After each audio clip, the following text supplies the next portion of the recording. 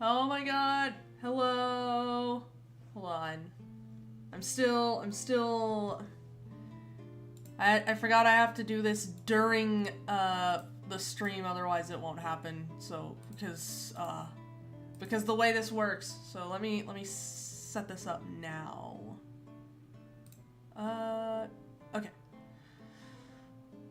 No, I'll do it in a second. Okay, so let's move over here for now. Alright, so... Hello, whoever might be here right now. This is welcome to Steam Library Tour. It's basically what it sounds like. It's just gonna be me. It's just gonna be me. Like streaming my Steam library and then talking about the games, and that's it. Hello, Fleur Bunnies. The Giga Chad that you are. But yeah, mind you, there's some stuff that's not here that I have played before because it's either on a different console, on a different account, or it's just somewhere else in the many, like, places that I have been. And there's also stuff on there that I haven't, like, there's also stuff on there that's not, a lot of stuff that hasn't been played, and then there's stuff that's still not, like, technically there because, like, I mean, we're not going through the wish list or anything. We're just going through the actual library itself. I mean, we could go through the wish list, but then, like, I mean, I'd consider, like, looking through the library itself just like a sneak peek at some stuff that I might play, but looking through some of the stuff in the wish list, well, that would be spoilers. That would be spoilers for stuff that I'm absolutely gonna play. I say knowing that there's games in the library that I'm also absolutely gonna play, so I don't know, we might go through the wish list, but we'll see. So I'm actually going to do this, and why is the music here for game? The music should not be here for game. I'll just have to delete it like immediately after this if I remember, because I think that's what I said last time. Now that I'm actually thinking about what's happening, I'm pretty sure I added that for, like, Planet Zoo, and then I was like, well, I'll just have to remember to just remove that, and then I didn't remove it. So, well, we know how that went. Is this just not working? Okay, give me a second. We'll just do it like this. This has never failed me before. It has. It hasn't, actually. Why do I do that? That's just something I do sometimes. I'll just, like... Oh! Oh! I don't know if y'all can see that. Hold on. That's like a black screen, right? Hold on.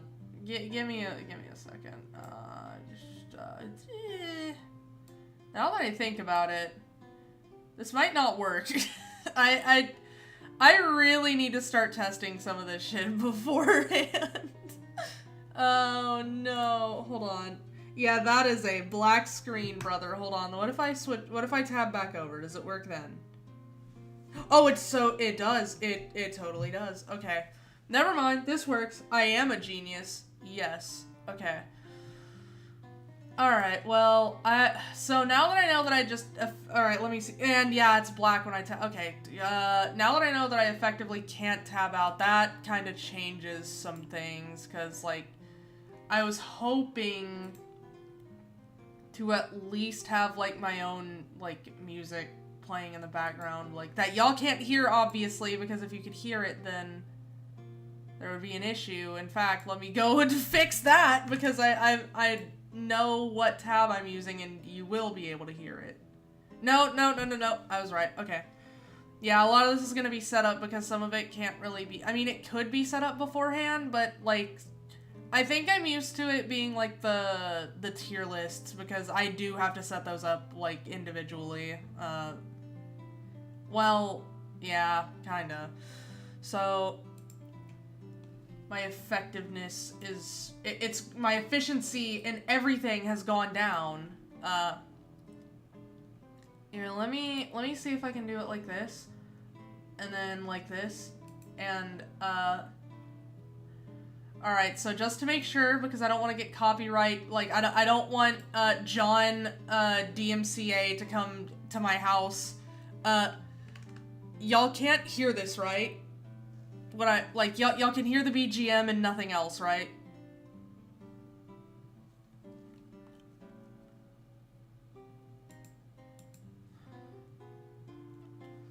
Hold on, let me make sure, because otherwise...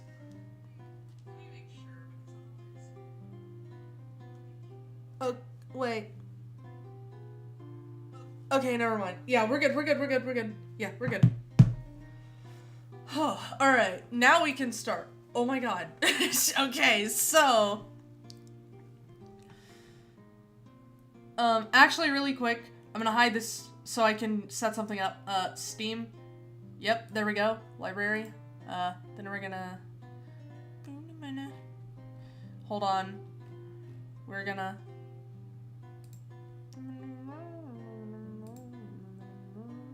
hold on. Can I hide this? I mean, I can make it smaller. Oh no. Whoops. What if I did this? Hold on. Okay, so... Oh, that doesn't work. Well that, guys, I don't know if I can... Hold on. Is there a way... I mean, that's nice, I guess, because it's more... I can't hear anything because it doesn't play anything for me, right? Okay, well, there we go.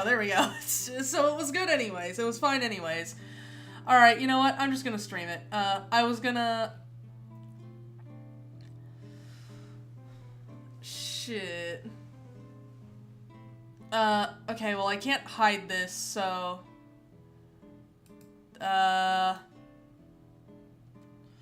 Well, whatever. I'll just do it like this so it's easier to focus on the actual thing. Okay, so Steam, come back, and then do this. Alright. Hello! Oh my goodness. Okay. Okay, so... We're finally gonna start now, after, like, about almost 10 minutes of me just exclusively messing around with Steam. We're going to start. Basically, I was trying to hide the sidebar. Pretty sure, I mean, I think I can, it's just, like, I would have to go to, like, because, I mean, you can move this, but it only moves this window right here. It's not gonna, like, move this isn't going anywhere, bro. Which, you know, it's fine. So, we're going through the Steam library, we're going through it like this, and you can already see, like, a few things, but my internet just does not want to connect to Twitch for some reason. True. That's John internet connection. My bad, bro. I'm sorry. Okay, so first, we got 1-Bit Heart, just, like, getting right into it. Alice Mare mentioned, yes, you're gonna see a lot of RPG Maker games here. More specifically, you're going to see RPG Maker games that I still have yet to play, because I downloaded a bunch of them, and I was like, I'm gonna play these, and then I didn't. I need to play them so bad, bro. I love RPG Maker games. But yeah, we have 1-Bit Heart. And we're already off to a good start because I haven't played this one. I haven't played any of this one, as you can see. It's, hold on. You know, I'll probably go to the store page. Does this count as advertising? You know what? Whatever. So, oh yeah, it's by the person who made Light Eat. And Alice Mare. Wait, what? The same person made, okay, crazy. I didn't know that, actually. I think I did, but then I, like, forgot because I haven't played the game. I want to play this really bad. Again, it falls into the category of RPG Maker games that I have not played and I want to. But yeah, as you can see, it is an RPG Maker game. You still need to play 1-Bit Heart. See, we're all in the same boat. Everyone still needs to play 1-Bit Heart, I suppose. Then we have Alice Mare, which you have played, I see from your reaction. But yeah, can I? Yeah, okay. Okay, well, at least you can't, I was gonna say, never mind, we're good. Alright, so we also have Alice Mare. Oh, this one isn't even an RPG Maker game, because it's made in Wolf RPG Editor. I'm a liar! Okay, you know what? That's fine. A lot of RPG Maker genre games are made in Wolf RPG Editor, because you know what? They're kind of they're similar enough that I'd consider them. I'd consider it. And this is another one that I have not played, and I really want to, because I love this genre of game. I love RPG Maker games. I mean, I say genre, but a lot of them are very different. And I'm gonna be real, I think the first 4 to 5-ish are either RPG Maker or RPG Maker adjacent. Speaking of RPG Maker adjacent, RPG Maker, Angels of Death. I haven't played this one either. We're starting off really strong with a bunch of games I just have not played. I think they actually made an anime for this one, which is crazy to me. That's insane. But, like, I think Angels of Death, like, was one I was already aware of. And then I was like, I don't really want to play it. And then when I got into, like, my RPG Maker kick, I was like, you know what? I want to play it. And then I downloaded it, and then I still haven't played it, but it's something that I might play at some point, and I still plan to, but, like, it's also, like, it's also kind of, like, I don't know, it's, I'll see how I feel about it, but it does look interesting, and like I said, RPG Maker games were like, that was my shit for a bit, bro. I really liked RPG Maker games for the longest time. I still do. The issue was that, like, I downloaded so many of them at once that it kind of overwhelmed me, and I stopped playing them for a bit, and then I still haven't started again. Speaking of RPG Maker games, I downloaded this the second it came out because it was new, and I remember the, like, person behind it saying, like, it was inspired by basically the classic era of RPG Maker games, down to the fact that it's, like, free. Like, because most of the RPG Maker games are, like, either free or just, like, a very, very tiny amount of money, and I mean, like, $1 usually. 1 quid. But yeah, well, it's also something I want to get into, because to me, it gives off very strong Ebe vibes, and I do love Ebe, and Ebe is sourced as one of the bigger sources of inspiration for this one. As you can see, I mean, shit, an art student, and you're in, like, this, like, a lot of it takes place in, like, a gallery, so, you know. Oh, definitely not Ebe. Holy shit, wrong, no wonder the art style looked familiar. Yeah! Newgrounds! No way! Newgrounds. Anyways. Yeah, I want to play that one, but this is like the 4th game in a row that I just haven't played, so again, I still don't have much to say about it other than, like, I wanted to get into it, and I still have yet to. Alright, next we have Ashina the Red Witch. We'll just do this, because this is the demo, this is the prologue. In fact, I'm pretty sure, oh, never mind. Oh, yeah, one of the few games I have, like, 100%ed. Okay, so I don't know if anyone actually knows this developer, because I mean, I'm sure some people do, but this is one of my more niche likes. This is one I actually have played. I've played, I think, most, if not all, the games from Stringa Games. When I say most, I've played every game in this specific series. There are, I think, 3 games in this series.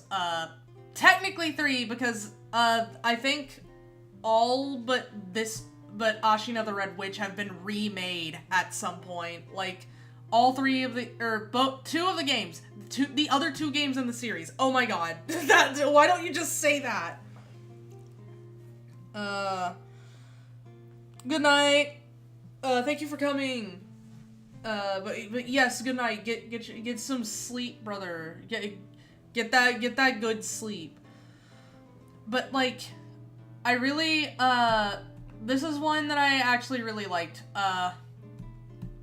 And again, I played the other two games in the series, and I've played, the original game from this developer, which I think was Just Ignore Them, which I'm pretty sure it takes place in the same extended universe as the rest of these games.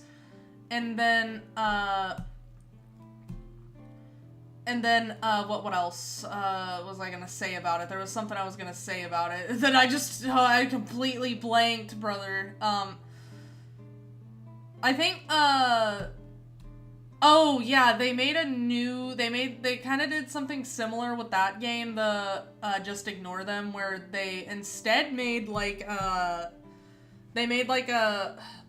sort of prequel to it instead of a remake, because they've basically been remaking a lot of their old stuff, but they made a prequel / sidequel to it where you play as a different character. But anyways, long story short, this one and the rest of the games in this series are, I am pretty sure, heavily inspired by, wait, is this one already out? Hold on. Give me a second, guys. No. I'm staying on track this time. I'm being good. Never mind. Sorry, they're working on a remake of the second game in this series that I wasn't sure was actually out yet, but I'll look at that later. Anyways, the point is, I'm pretty sure they're heavily inspired by, like, I know for a fact they're inspired by RPG Maker games, because I remember early on in Just Ignore Them, there was an Eve reference, and I was like, oh my god, Eve reference! I'm pretty sure there's some Silent Hill inspiration. I can't prove it. I might have to go back and replay them, but I think there's at least a little bit of Silent Hill inspiration. And then there's, obviously some Ghibli, inspiration. But yeah, this one is like I think the earliest in that timeline. No. I think Red Bow might be the earliest in the timeline, then Ashina, then my big sister. But yeah, for now, Ashina the Red Witch, good game. I like this series. It's definitely a more niche like of mine, but I like it. Bad End Theater. I've recommended Bad End Theater to a lot of people. It's very good. It's like not everyone's gonna like it, but it's really fun. It's like a visual novel / puzzle game, and I really like it. It's good. What else do I want to say about it, bro? I'm trying to walk the line. I don't want to say too much about stuff and be here forever, but I also don't want to say too little and just be like, oh, this is a game I like, bye. No, but this is good. This is a good one. I like this one. This is like, it's very, it's kind of a short and sweet experience. Like, I think the whole thing is maybe like 3 hours, maybe. Like, yeah, about 3 hours, even if you're going at a, like, just moderate pace instead of speedrunning, it's about 3 hours, so I guess if you're going a little slower, it might be closer to 3.5 or 4, but it's pretty good. I don't want to spoil what happens, which I'm gonna try not to for most of these games, because oh my god, but, I'm not gonna spoil what happens, but I really like the story. It's actually a pretty sweet story, so... Oh, and the art style is really cute, and I like it, so, yes. Basically, as the name implies, you're just getting a bunch of different bad endings, because, like, you're trying to get a good ending, but there's just a bunch of bad endings, but, like, I don't know, maybe keep trying. Surely, right? Anyways, Balatro! I don't know what to say about this. This is Balatro, bro. You don't need me to introduce Balatro to you. Short and sweet when the whole thing is endings where everyone has to cry. It's a top tier one though, yeah. True! You're so right. It's very nice. I like it. But yeah, this is Balatro. It's Balatro. What do you want me to say about it? It's Balatro. Again, some of these you're really not gonna need me to introduce, like, to you, and I don't know, Balatro isn't like some of the games, even if they're well known, I'll talk about because I'll talk about, like, my experience with them, but, like, this isn't like a story heavy game or anything. This is roguelike poker. It's like, I don't have that much to say about it. It's fun. There was, like, a period of time, weirdly enough, right before I got into Silent Hill, where I was just kind of, like, I went through a really, like, how many hours? Like, 31.7 hours. What if I told you that was all within, like, 1.5 weeks? I think, or it might have just been one, shit. Like, there was, like, a period of time where I was really into Balatro, but, yeah. That's all I really have to say about Balatro. It's Balatro. It's fun. Baldur's Gate 3. Okay, speaking of games that you don't need me to introduce, and speaking of games that I have played entirely too much of. Oh my god. Yeah, so as you can see, I have close to 1,500 hours in this game. But you know, that's probably the biggest number we're gonna see here, honestly. But yeah, if I could show y'all my Project Diva Future Tone hours, it would be probably be in the 5 digits by now. But yeah. Also, I lied. This is a lie. Hey, what the fuck? What do you mean? What the fuck? It was just like, no, you can't do that. No, it's because I admitted I lied. Shit. No. I reviewed this game. Yes, I did. My review is 7 people found it helpful. That's so cool. Basically, it was just me talking about how I hadn't slept in 3 days. I think I've talked about that on stream before, actually. There were about 3 days where I just did nothing but play Baldur's Gate 3. I didn't sleep. I got up occasionally to, like, get a snack, and then I'd go to the bathroom, and then I showered, but I didn't sleep at all. But yeah, this is Baldur's Gate 3.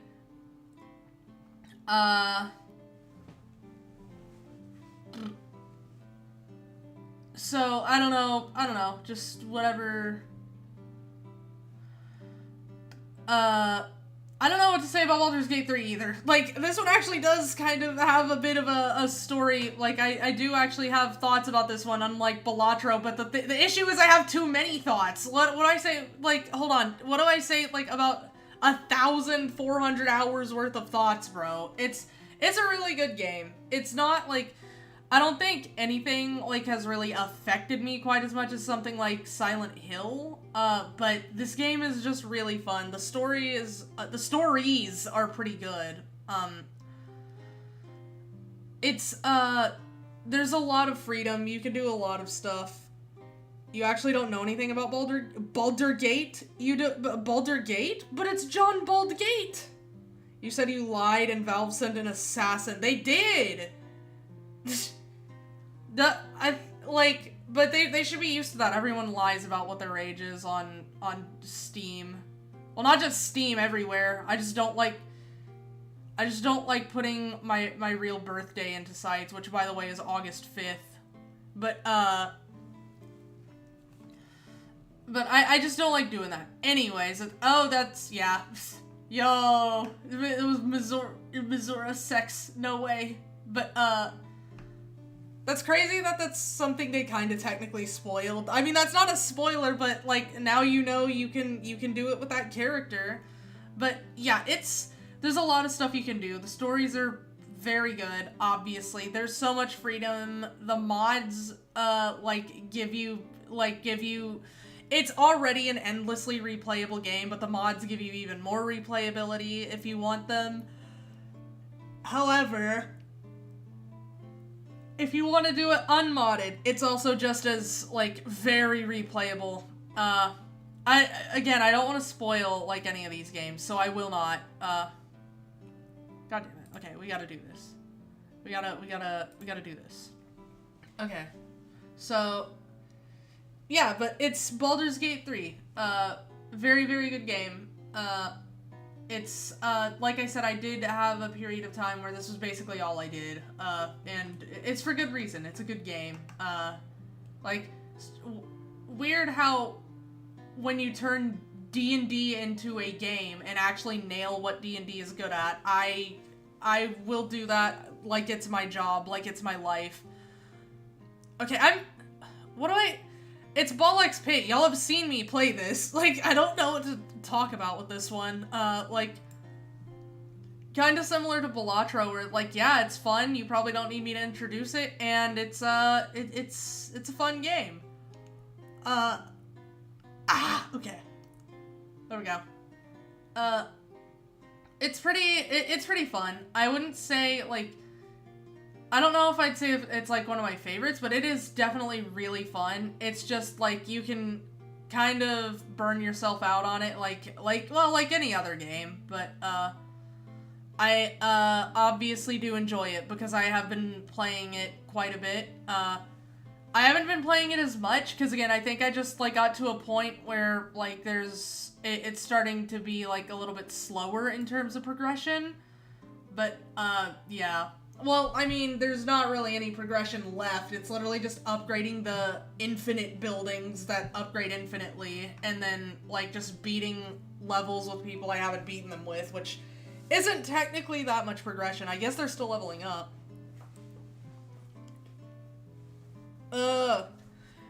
Blasphemous and... Okay, wait. Blasphemous Wounds of Eventide. I don't think I actually finished Blasphemous. It was, I really enjoyed it, though, from what I remember. I might actually do it on stream, but I liked Blasphemous. It was very cool. I love Metroidvanias. I'm not gonna play every Metroidvania, but I do like a lot of Metroidvanias. My favorite isn't even in this library, I don't think, and that would be Ender Lilies. But we're not talking about Ender Lilies as much as I love it. We're talking about Blasphemous, which I actually don't like quite as much as Ender Lilies, but that has nothing to do with the game itself. That's just, like, entirely personal preference. But Blasphemous, very fun. Visual style is just absolutely insane, as you can see. Just very good looking game. But yeah, they got the world just right. Like, honestly, like, learning about it, like, the way you do, and then, like, all the, like, the characters you meet, the shit you end up fighting, it's all very Souls-like. Like, yeah, that's a baby. This is very Souls-like. And I'm not even lying about that. FromSoft did have a game where you could just fight, like, the baby as the final boss. That was pretty funny. I don't even think the final boss is a baby in this one. It's just a boss that you fight at some point. But yeah, it's Blasphemous. It's very fun. Blasphemous 2. I haven't played this because I haven't finished the first one. And why the hell would I play the sequel if I haven't at least... Okay, so here's the thing. I was gonna say why would I play the sequel if I haven't finished the first one, but I've done that and plan to do that for several things. But in this case, I kind of don't want to. Like, I at least try to play the earlier games if they're connected. I specify if they're connected, because if they're not, if it's a sequel that's, like, super unconnected, then I won't care about playing the first one before I play the sequel, but in this case, I did. But it looks really fun, and I want to play this, because, again, I did enjoy the first game from what I played of it, and I didn't quite finish the first game, but I did get a decent chunk of the way through it, I believe, so... But this one does look really fun, and I wanna play it, But yeah, it's Blasphemous 2, everybody. Boogeyman. This is one of the 4 games in the Strange Man series, and I'm probably, like, gonna just do a one-size-fits-all introduction for them, even though that doesn't really work, because they are different stories.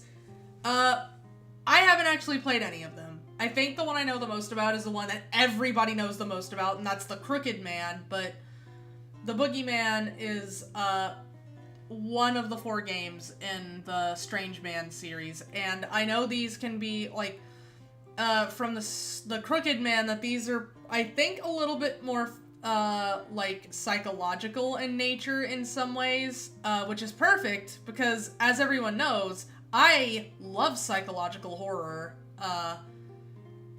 So the cigarette, bro. Wow. But not too much to say about it. It's another RPG Maker game. That there's I could say that. I can, shall, should, and would say that this is RPG Maker. Oh my god, the Icker YouTube's gonna kill me for that one. Even though it was superimposed over something else and tiny and the bitrate probably won't let you see it anyways, but like it's okay. We'll see. But it's an RPG Maker game. Like I said, it's one of the ones that I downloaded at a specific point and was like, I'm gonna play this, and then I just didn't. I need to!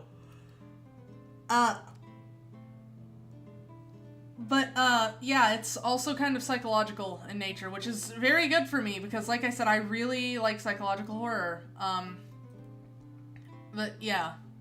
Well, that's it for that one. Carrion! I've actually played and beaten Carrion, and apparently that was only about 6 hours, so, which I guess makes sense. Yeah, Devolver Digital again, yeah, publishing only the best, I fucking guess. But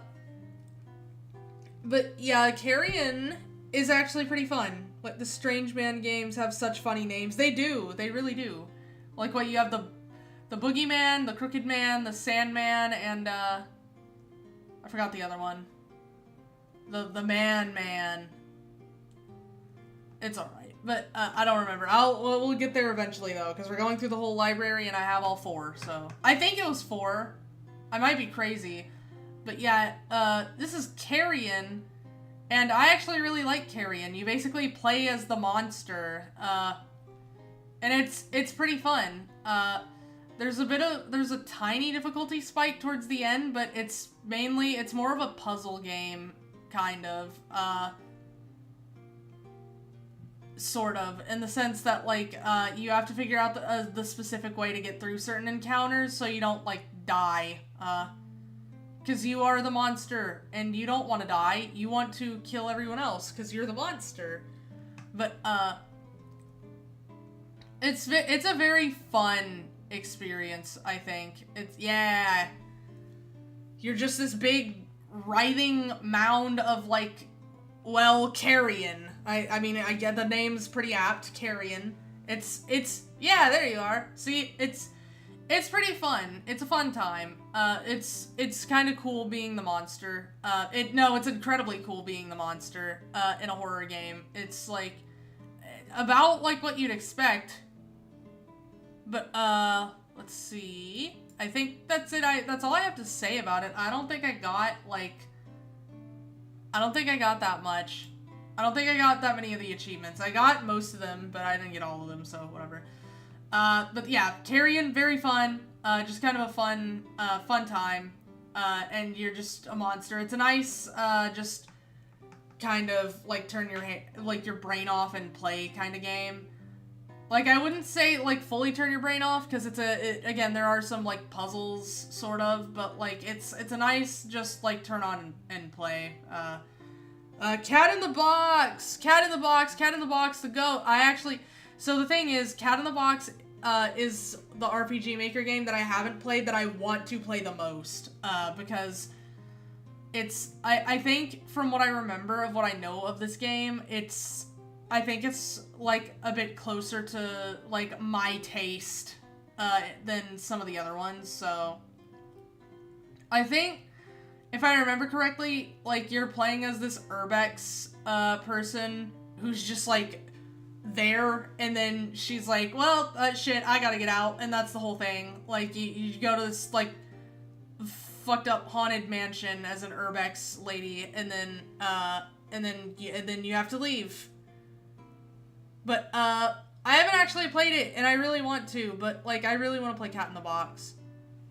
But, it's kind of similar, I guess, in that sense to, like, Ao Oni, or, like, Majo no Ie, where it's like, okay, well, you're trapped in the evil house, now leave. But I do want to play it, because it does look more like something I would like than, like, some of the other RPG Maker games, basically. So that's it for that one. Oh god, okay, shit. Expedition 33. I'm gonna try to be a little quick about this one, because I don't want this to just turn into me complaining about a game that I kind of enjoyed. But here's the thing. Here's the thing about Expedition 33. I liked it, when I played it. However, it is very much what I would refer to as a salt and pepper game for me, where it is just kind of a game that I have played, and it really didn't do anything for me. Like, I know people go on about the story, and, like, the story is pretty nice, but, I mean, it's, like, not really, to me, it's just not, it doesn't stand out as, like, because, mind you, I play other JRPGs, so, like, not that many, but the ones I have played are, like, they typically have, like, stories of that caliber, or sometimes even better in a lot of cases. So for me, it was just, what it was pretty decently enjoyable.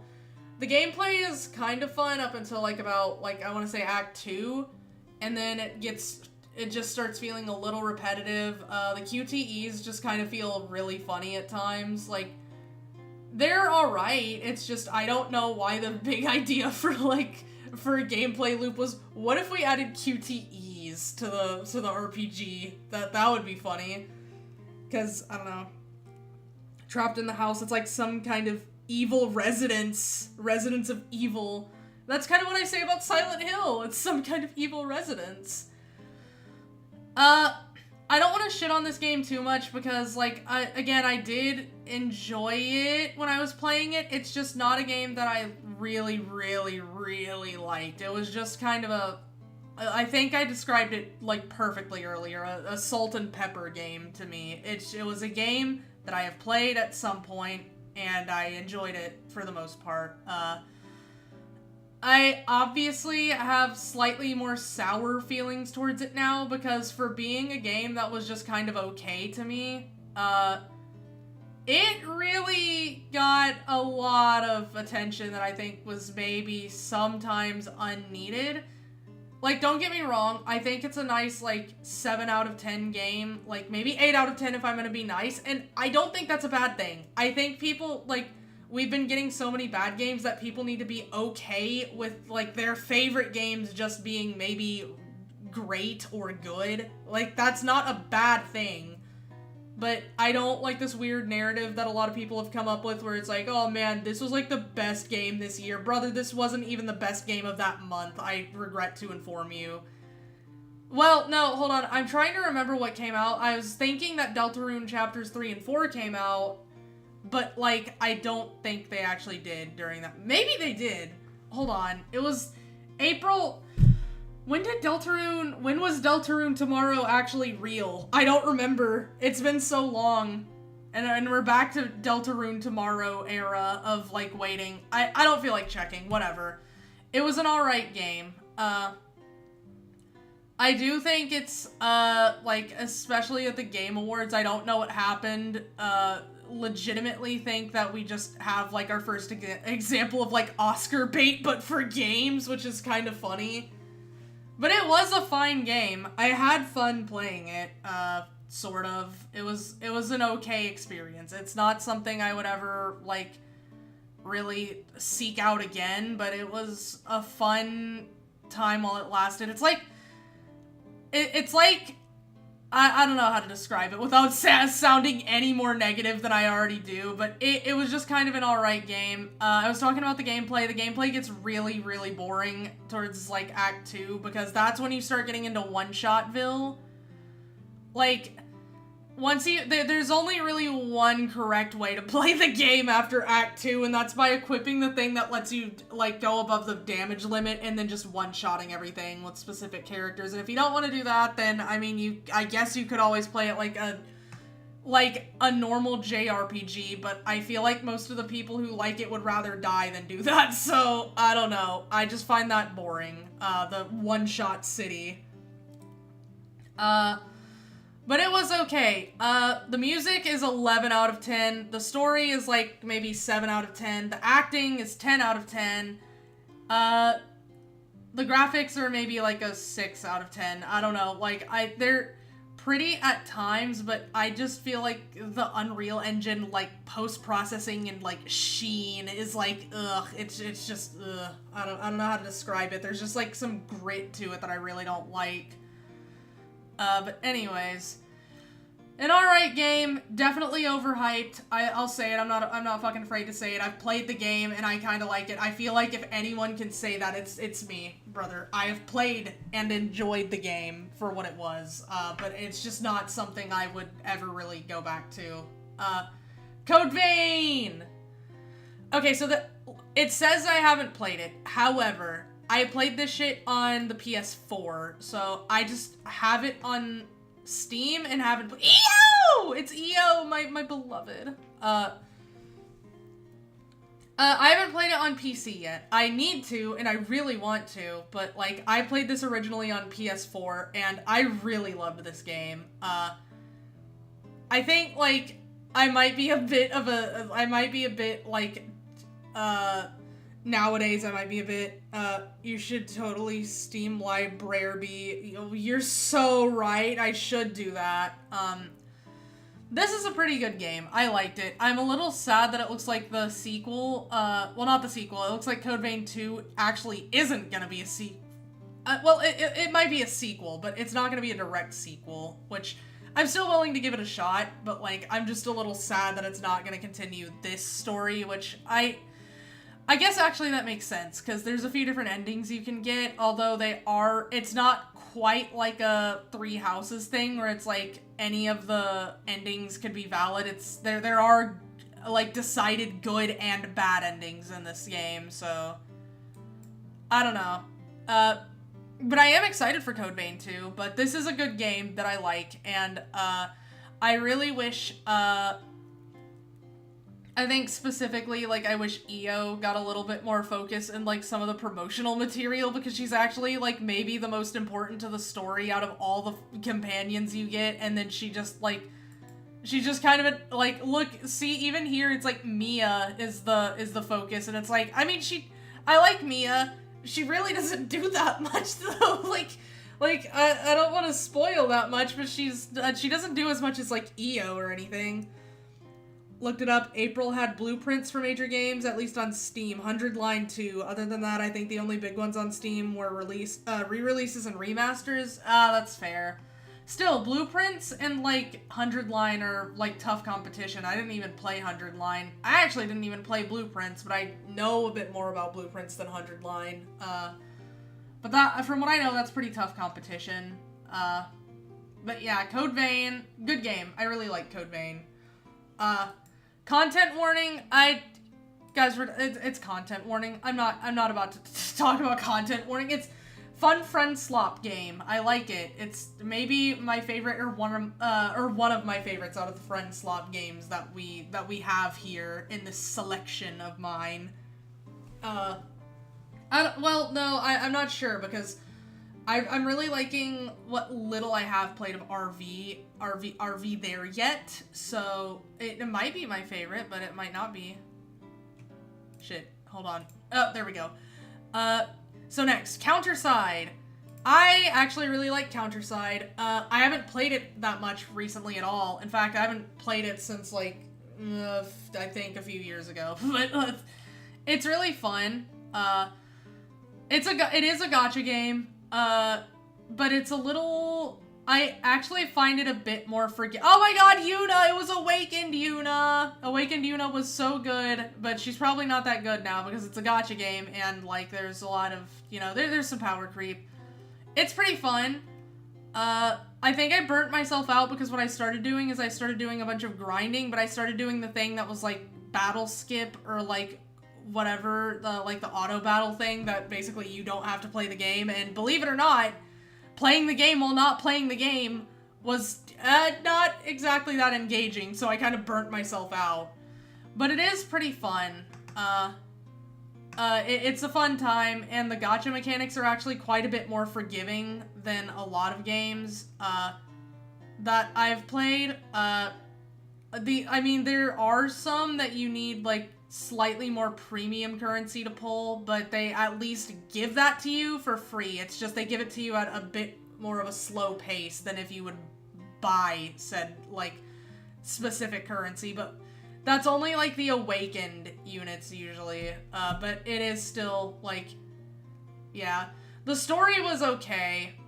The story was okay from what I remember. What I really liked that this game did, though, was, what I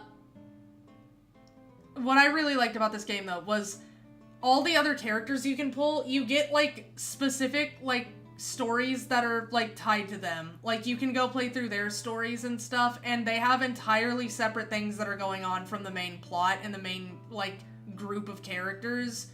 And that, like, I really like that. I wish more games would do that, where you just have storylines for characters, like, that are just completely divorced from the main plot. Like, I really, really like that. They also do another thing that I like where, okay, well, this is just, yeah, oh well. Oh, Adel was there, that's, oh my god, Kang! Kang is there! I love Kang! But, hi, Kang. What was I talking about? I kind of got distracted by, things. Oh yeah, I think, one of the things I really liked that this game did was, oh my god, it's them! I have that skin. I have to scroll down because I'm gonna keep getting distracted by things. No, there's just so much movement happening. I promise that's literally just because look at how much is fucking happening! I do have this skin, though. That one's really nice. It fits my aesthetics. Shit, what was I talking about? I really like this game. One of the things I like that it does is I also have this one. I have this skin. It's really nice. Okay, yeah, no, we have to go. Hold on, we're going to the still images. Fuck.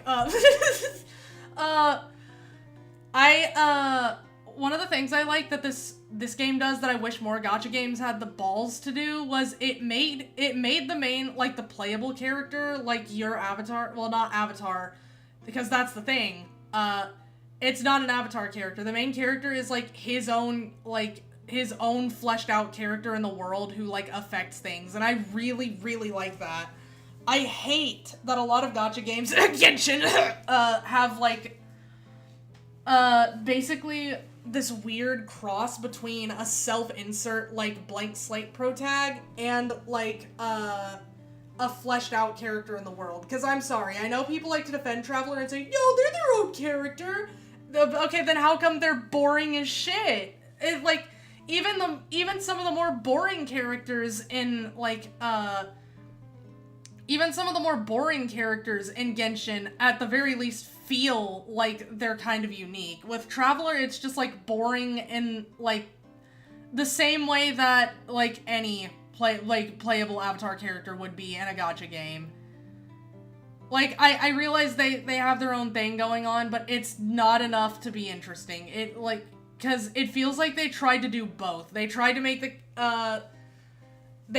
Traveler, like,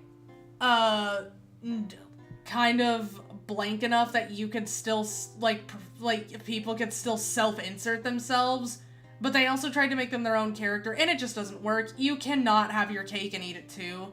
I know some people are happy to eat any slop you give them, but I'm just, like, and maybe I'm complaining a lot for, like, gacha games, because it's gacha games, so, like, that's not what anyone's here for, really. But, like, God, I just wish Genshin, like, actually, like, did either, like, just do one or the other. Do what Counterside did. Make your playable character their own character that's, like, involved with the world and shit, and it's, like, really interesting. Or just make them a complete self-insert, what's a good, I don't remember, man, like, a Girls X Battle, Girls X Battle, I don't even remember what happened in Girls X Battle. Fun fleur fact, I only found out about Claire Obscure existed post-Silk Song. I want to preface this by saying it's a good thing. You give off real, like, golden retriever energy sometimes. Counterside store page is just shaking a bag of treats at you. It really is, isn't it? Yeah. Once more, I shall bring up Olympus Company. Dante 2 is a real character, not just a self-insert. They go shuckaroonies once and have negative aura. Yep, that makes sense. I do like Dante from what I've seen at the scene of Dante. Dante, Olympus Company, not Dante Devil May Cry. Dante Devil May Cry is a different story, who we will be getting to soon, because we're about to get to the, we're about to go from C to D.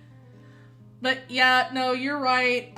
This whole thing is just like dangling keys in front of my face.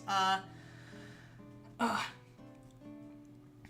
I like it. It's a fun gacha game. The story is kind of like actually good, and it's especially because they like all the characters are involved in their own thing for the most part. Like technically, like you'll see, like here's an example. These two right here, these are the, like, part of the main group of characters, and you're gonna see them for most of the main story. These four, I don't actually care about them that much, but they're, like, part of a bunch of, like, a few different side scenarios you can do, and they'll sometimes show up during the main story, and, you'll kind of understand their thing a bit more if you played those side stories. It's just really cool. I wish more games would do that. But, okay, we talked about Counterside for a lot longer than I think I meant to, so, anyways, Counterside, pretty underrated for a gacha. They did do the Hololive, collab once, and I have, like, I think most, if not all of the skins from that. It was specifically with Hololive Myth. I don't think they did any other, Hololive characters. But yeah. Crooked Man, speaking of the Strange Men series, this is the one I know the most about out of all the Strange Men series, and I really want to play this one, but, like, obviously first, because I think this is the first one in the series, maybe. It's the Crooked Man, he walked a crooked mile. Guys, it's the story.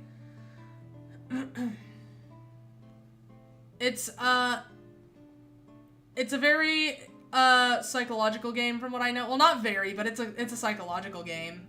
There's some, like, some psychological things present, I mean, and I wanna, that's the kind of thing, that's something I like. That lets you do a lot more with a story, I think, in my opinion. Like, you could do a lot with just some psychological spice in there, but like I said, I'm kind of just going with a one-size-fits-all description for the Strange Men series, so yeah, it's another one I haven't played yet.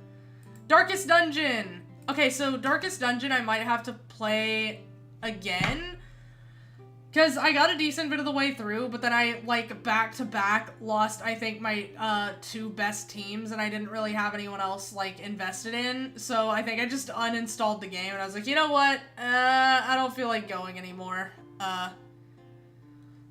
I might reinstall it at some point, because it is kind of fun, but it's like, it is definitely very difficult. It's a very, like, difficult game. Sometimes I like, this kind of difficulty where it's like, oh, your little guys get, like, wounds and infections and sicknesses and insanity. Like, sometimes I like that. In this case, I kind of like it because it's like a, sort of like a dungeon crawler turn-based RPG, so there's not a lot of other stuff to worry about. But sometimes that can be a bit too much for me, just because it's, like, so many systems. It's so many systems, and I don't, like, I would prefer a few really well developed and elaborated upon systems rather than a bunch of smaller systems that just kind of, like, to me, can feel like they bog down the experience. But again, it works in Darkest Dungeon because it's a turn-based RPG, so the normal gameplay loop is so simple that,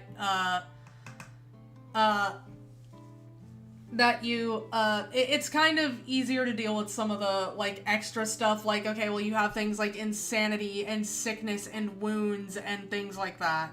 So, it's very good from what I remember of it. But yeah.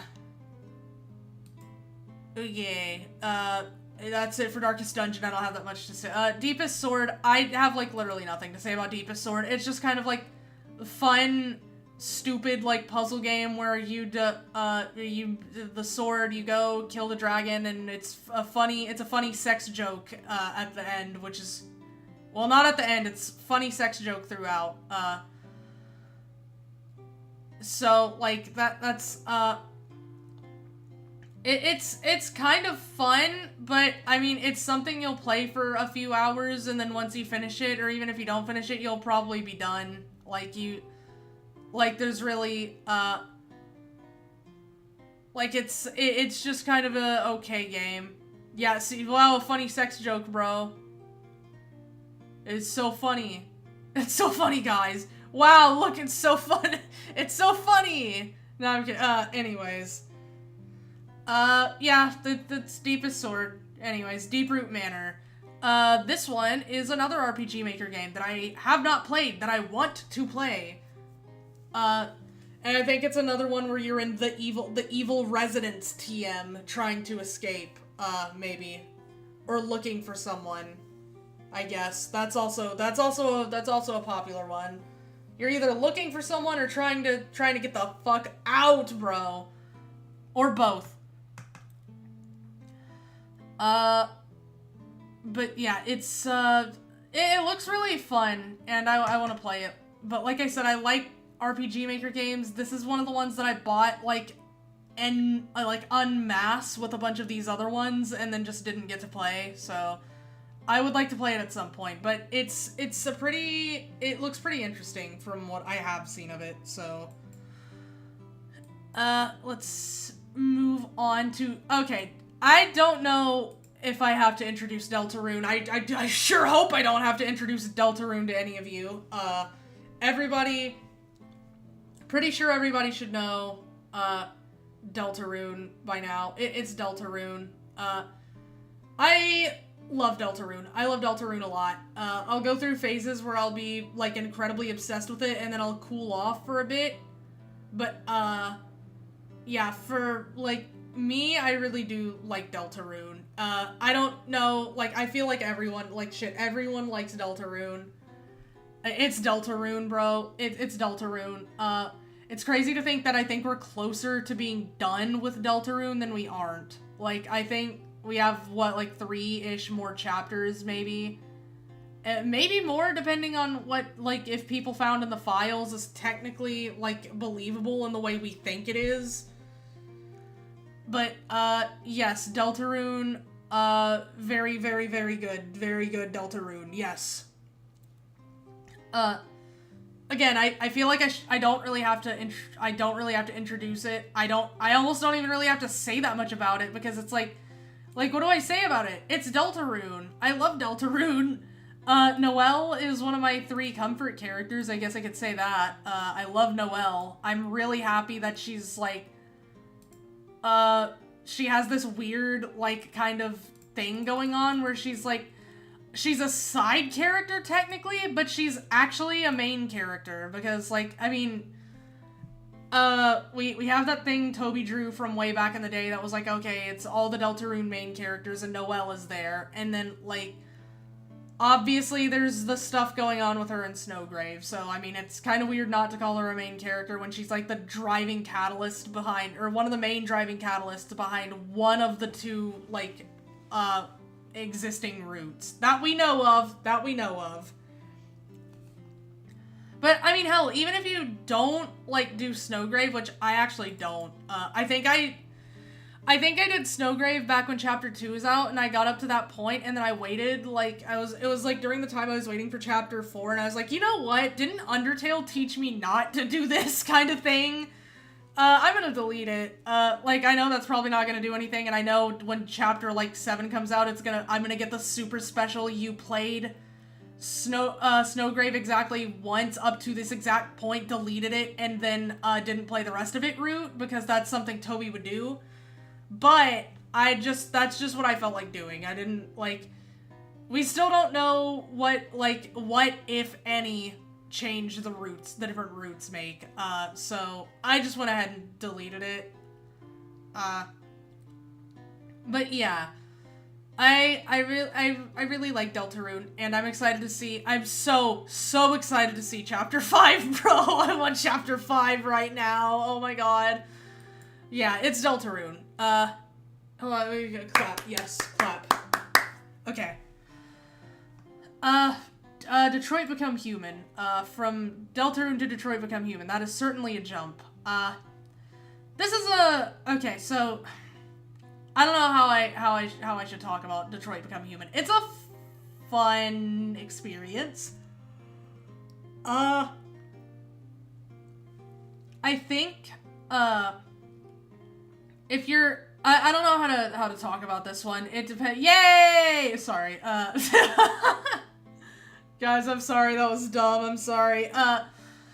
No. I don't know how to talk about this one. This one's kind of, like, it's enjoyable. It's not, like, the story is, it's one of those where it's, like, really nice, I guess, if you, not nice, it's kind of enjoyable, mainly if you just turn your brain off and don't think about it too much. You just accept the like, surface level stuff it's giving you and don't think too hard about anything else, which I know is weird to say, but, like, it is kind of enjoyable if you just turn your brain off, don't think about the story too much, don't think about some of the other stuff too much. It's pretty enjoyable as a, like, surface level experience. Like, I mean, I guess that makes sense because they put most of their focus in, like, okay, here's all these different branching paths. Obviously, some of them end up more fleshed out than others because, like, that's just so, that is so much. That is so many different routes to try to, script and, like, all this other stuff. But it's a fun game, like, for what it is. And, I don't know, it's a decent experience. I wouldn't say it's, like, it's insane. Like, I wouldn't say this, it's, like, shit, how do I proceed, bro? It's fun. Just, like, play it, don't think too much about the story, and you'll have a good time. If you start thinking about the story, then you'll start seeing all the, like, plot holes and shit, and then it's just a little bit, maybe not that fun anymore. But, it's alright. Some of the allegories, though, wow, some of them are a little on the nose, but, you know, it's alright. Again, it falls into the camp of don't think about it too much, however, yeah, just don't think about it too much. It's kind of enjoyable if you don't think about it too much. Devil May Cry 4! I like Devil May Cry 4. I like it a lot. I think 3, 4, and 5 are, like, call me basic, but those are my favorite Devil May Cry games. Oh, well, yeah, the last 3, my bad.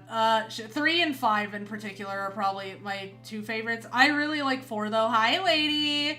Hi, Trish. Hi, lady. Hi, lady. Hi, lady. Hi, Trish. Hi, Trish. Okay, they're done. It's really fun. It's it's Devil May Cry. I sure hope it's fun. It's one of those games where, like, I kind of wouldn't actually, I usually don't mind playing through them multiple times. Well, I say that, you know, there's a few games that I wouldn't mind playing through multiple times. Oh my god, lady! Oh my god, Trish! But, like, for the most part, this is one that's, like, it's just really fun. It's really fun. I think during my playthrough, I think, what was I gonna say? For things like, the secret missions or whatever, I typically don't do them because outside of 5, like, Devil May Cry 5, the secret missions tend to be a little crazy, like, for me. Like, I don't know, with any of the Devil May Cry games, I like having fun with them and trying to get better at them, but the only Devil May Cry game I, like, lab things out in, or anything of the sort is 5. Like, that's the only one that I really, like, go crazy with, trying to learn crazy, like, insane tech and shit, and I'm still lady! And I'm still not that, like, affluent even with the Devil May Cry 5 combat. But we're not talking about 5, we're talking about 4. I really liked 4. I didn't play much of, like, the DLC, like, stuff. Like, I didn't do, like, that much as Lady or Trish. I think I started the mission so I could at least play as them for a little bit, but I don't even think I played as Virgil in 4. I think I was just too excited to move on to 5. But, it's a good game. I know it gets, like, a hard time because, like, it's technically unfinished. It is unfinished, like, and there are points where that really shows, like, where you, like, how you play through the same exact missions, like, the same 9 missions that you played through as Nero, but this time as Dante. Like, that's a little... It can get a little tedious, let's just say that. But, other than that, it's actually... It's a very fun game. The story is good. You can tell that some characters got pretty neglected. By some characters, I mean Kyrie, because, I like Kyrie, but unfortunately she really only exists as Nero's girlfriend. She's just there to be the MacGuffin, like you're, like, Nero's girlfriend got kidnapped. She doesn't really have that much going on, at least in this game.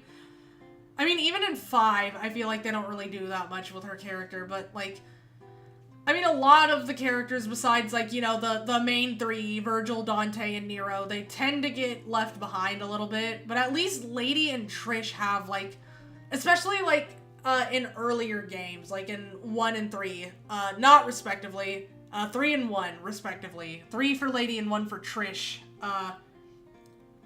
At least they have, like, they have pretty good development for the most part. Trish's is a little weird because it was Devil May Cry 1 and that was PlayStation 1 era, and that was, like, the pacing was kind of wild, but I'm not gonna say it was bad. It was kind of enjoyable. It was just a little bit jarring.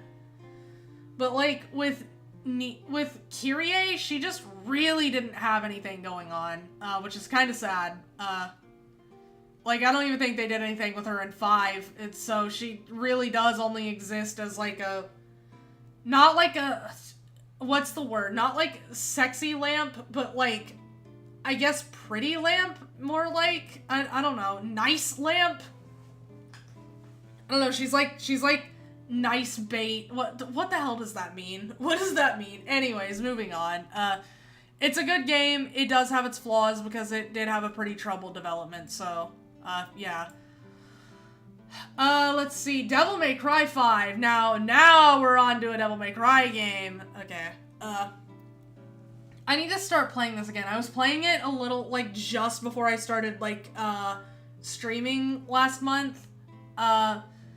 Like, I had just started, playing through, the Virgil playthrough again, because I played through the Virgil campaign, like, before. I say campaign, it is literally just the main scenario, but you play as Virgil, so there's no, like, there's no cutscenes or anything, so it feels a little lonelier. That's the only difference. And you play as Virgil, so the whole thing's just, like, piss easy. Because it's Virgil. Of course everything's gonna be easier. But I was practicing, like, some more, like, some more difficult things. Like, I was doing the, like, infinite, air trick jump cancel thing with Dante, and I was kind of decent at that. But I want to practice some more, because I was practicing it kind of regularly, and then I just stopped because I started streaming, and I was like, well, I don't really, like, when I have my limited free time, because I do, streaming does take up time even on free days, because I have to do things, like, I have to do things behind the scenes, but, like, so, like, I just end up not really playing Devil May Cry 5 as much anymore, even though I was trying to lab things out and get better, but it's really, really fun. Like, the Devil May Cry 5 combat is so fun. It is so, like, stupid fun. Like, you can see this, nonsense on screen. It is just so unbelievably fun to play Devil May Cry 5. It feels so good.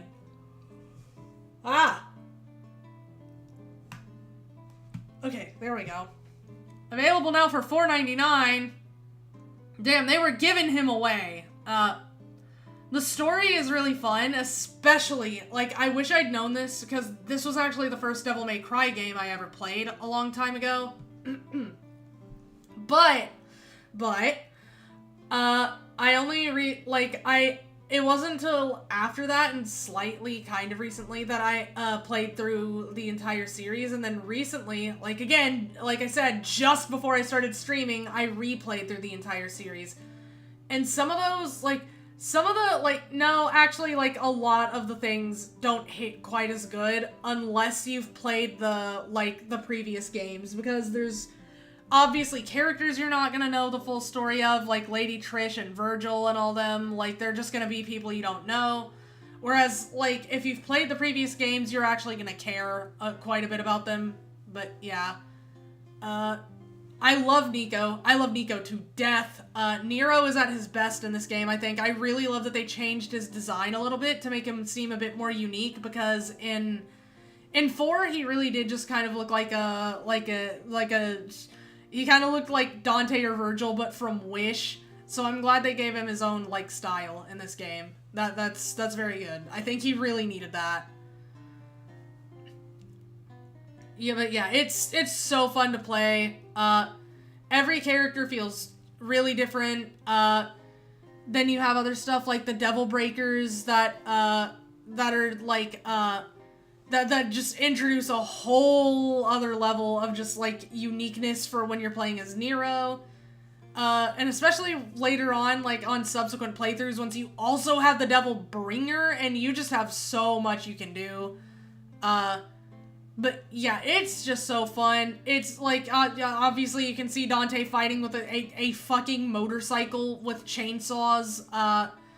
I know people were talking about that in Chainsaw Man. They're like, oh my god, Denji chainsaw bike. Yeah, but yeah, Dante did it first, and it's cooler because they actually use it in Devil May Cry. I actually watched a video. I watched a few videos about, like, how Dante would do in the DMC universe, and the consensus was pretty much, like, in all of them, like, he eats them alive. They're like a light midday snack to Dante. That is John Demon Vaporizer. Like, most demons are gonna have a hard time against John Demon Vaporizer, but it's a fun game. All of that is to say, it is a very fun game. Wait, what did I... Oh. Okay, apparently I did that. How is clearing all missions as Virgil a rare achievement? What? Playing as Virgil is super fun. Like, I thought that's, like, what most people do anyways. But yeah, it's a very fun game. The story is really good. It's especially good if you've played the previous games. It's just a nice love letter and send-off to the series. And I say send-off because there's a good chance that this is still the last game. I know Capcom says they're working on 6, but I think the team wanted to, like, just kind of account for the fact that they might not make another one after this. So it works as both the passing of the torch to Nero for future games, as well as a potential send-off. So either way, it's pretty satisfying. Devil May Cry HD Collection, this is 3 games. So how do this is 3 different games. So I'll talk about them, like, I'll talk about all 3 of them, kind of. Alright, so 1 is where the series started, obviously. It's definitely aged. It has aged. I'm not here to argue otherwise. But, like, you know what? Every PlayStation 1 game has aged. If I'm not gonna hold that against Silent Hill, then I'm not gonna hold that against Devil May Cry. It's still pretty fun today. I'll be so honest, with DMC 1, I mainly got by. I mainly did, like, I kind of cheesed it by doing things like shotgun twitching and grenade rolling, and it was, it made even things like Nightmare pretty easy. Like, I found out that apparently people, like, have trouble with Nightmare, but to be fair, I didn't really fight Nightmare. I grenade rolled, and then when I had enough DT gauge, I would just go into Double Trigger with Ifrit, and then rinse and repeat, and he was dead pretty quick. But yeah, the original DMC is where it all started. I can't be too hard on it. There's some moments where it's really fun. In DMC 1, as well as the future games, the most fun bosses are the ones that are kind of humanoid. Like when you're fighting Nilo Angelo. That is probably the most fun I have with Devil May Cry 1, is when you're fighting Nilo Angelo. But anyways, Devil May Cry 1, very fun experience. Its age shows at times, but it's still good. Devil May Cry 2, on the other hand, Devil May Cry 2. Okay, so I actually tried to play it because I already went in knowing that it's pretty bad, but I wanted to play it for myself. I wanted to form my own opinion on it. And yeah, it's pretty rough. It's really rough, I'm not gonna lie. I still do think that, like, Devil May Cry 2, like all bad games, you should absolutely play for yourself and form your own opinion. Like, obviously, if you're willing to. If you don't want to spend the money on a game you know is most likely bad and you're probably not gonna like, then yeah, don't do that. But, if you're curious or you're doing what I did and you're like, well,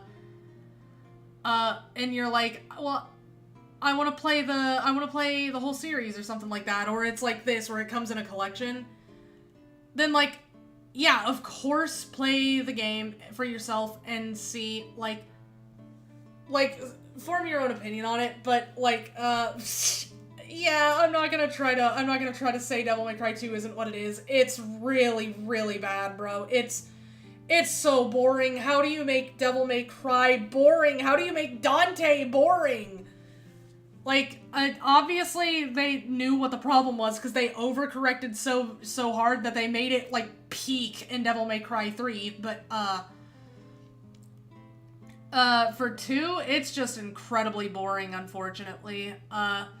Like, I know people say that the guns, like, is the way to win, and yeah, it is, because the guns have a bunch of knockback, but I was actually following a guide when I was playing this game. And I will show you that guide, because, we'll just come back. No! We'll just come back to this, but, Community Hub, where was it? Guides. I will show you the guide I was following for Devil May Cry 2. And it's walkthroughs. Okay, this one. How to have fun while playing Devil May Cry 2. And as you can see, I was already at the bottom. So here's the thing. This is obviously an incredibly funny title, and an incredibly funny thing to actually unironically exist is, like, how to have fun while playing this game. But it actually is really helpful. Like, it's a funny name and a funny concept, but, like, if you read through this, it actually has some really helpful tips for trying to make your game experience in 2 more enjoyable, so it's unironically pretty good. So give this a read, I guess, if you want to play it. Don't bother farming for red orbs. Yep. Where's the one? Style rank. Don't bother with style rank because it's hard to, like, build and keep style in the earlier games. Combat, yes. Do not attempt to win the game by holding the shoot button, because yes, it's, I learned this pretty quickly. It's so boring. It's so boring. The swords do, like, all of Dante's kit is overtuned. It's not just the guns. The guns are overpowered because they're overpowered because of the stun lock that all of your attacks have, and because they, like, the shots, like, your shots come out faster than your, like, sword attacks. So what happens is you just stun lock things, even bigger enemies, permanently. So, yeah, like, the swords are also overpowered, and they do more damage than the guns, like in every other game. So, like, you'll be sitting there, like, spamming, like, juggling the enemy with, like, guns for about, like, a minute, whereas if you can hit it with a sword twice and it'll be dead. So, something like this is helpful to know, because if you only listen to, like, the same stuff that gets, like, people say all the time, then you just go into the game and think, okay, well, let's just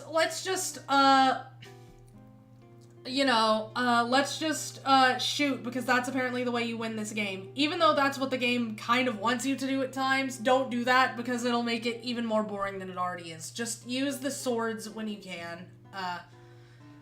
And then, yeah, they bring up the shitty helicopter that is just shooting simulator damage sponge. There is no other way to do that, boss. It is just, you shoot at it. It, like, standing still. It's pretty bad.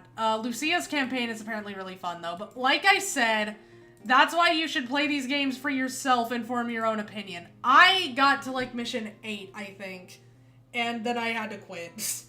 Because what happened was I alt-tabbed out of the game, and for some reason alt-tabbing out of the game causes a lot of problems. So, I had to restart my whole PC, and I thought, you know, that's probably a sign. I don't really feel like opening the game again after that. So I went straight from that to DMC3, and it was like a breath of fresh air.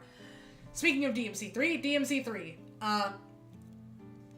DMC3 is so fun. Even today, like, it's, again, like the original Devil May Cry, it's an older game, but it's not as old as Devil May Cry 1, and it is so fun, it's so good. Like, after Devil May Cry 2 and the travesty that was, like, brooding emo Dante, and, like, the, like, just dim, like, soulless tone that came with DMC2, they overcorrected and made maybe one of the most, like, fun experiences ever. They made Dante even crazier, even more over the top. They made the story even more cheesy and over the top, and you know what? It worked. Every part of it is just so fun and entertaining, and, like, yes, it's, like, ridiculous, but it's the good kind of ridiculous. It is just pure, like, dumb fun ridiculous. And, like, there's also some, like, depth, too, like, especially to Dante as a character. If you're willing to dig and find it, like, thinking about it, Dante's, like, actually kind of a pretty deep character, but, it's just so much fun.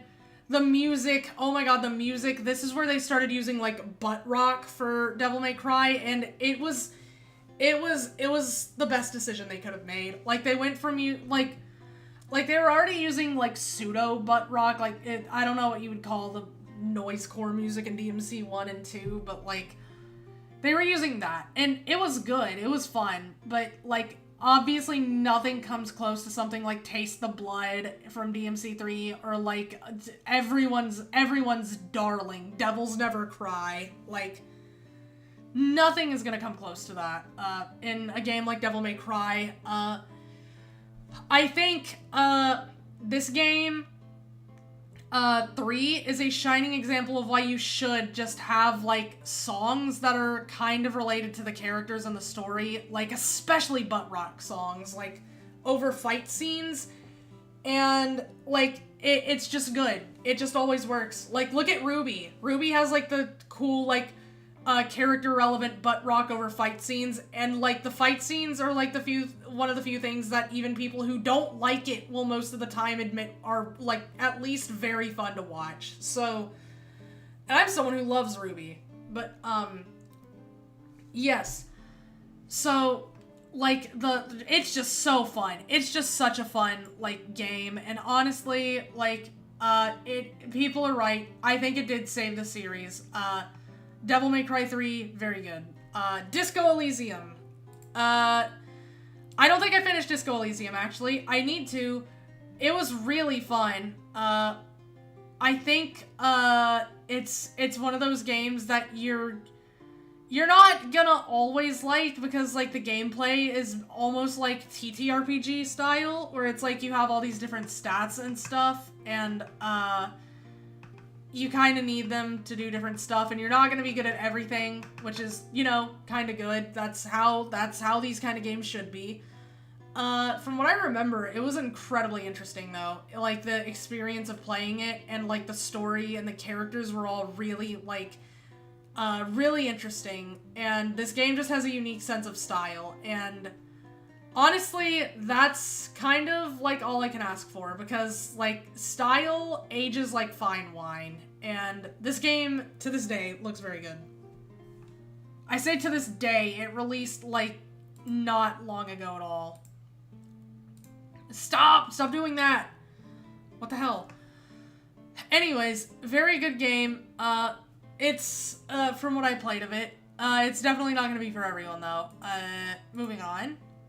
Elden Ring! I love Elden Ring, as you can tell. I have like 200 hours in it. This is another one I shouldn't have to introduce to anyone. This is Elden Ring. You know Elden Ring. I know Elden Ring. We love Elden Ring. Very, very good. It's pretty unbalanced at times, I guess. Like, the bosses, can be a little unbalanced because, like, you know, it's an open world game, so unlike Dark Souls where, like, you can occasionally stumble into an area that you're not supposed to. For the most part, it won't happen, and most of the bosses you'll be fighting are around your level.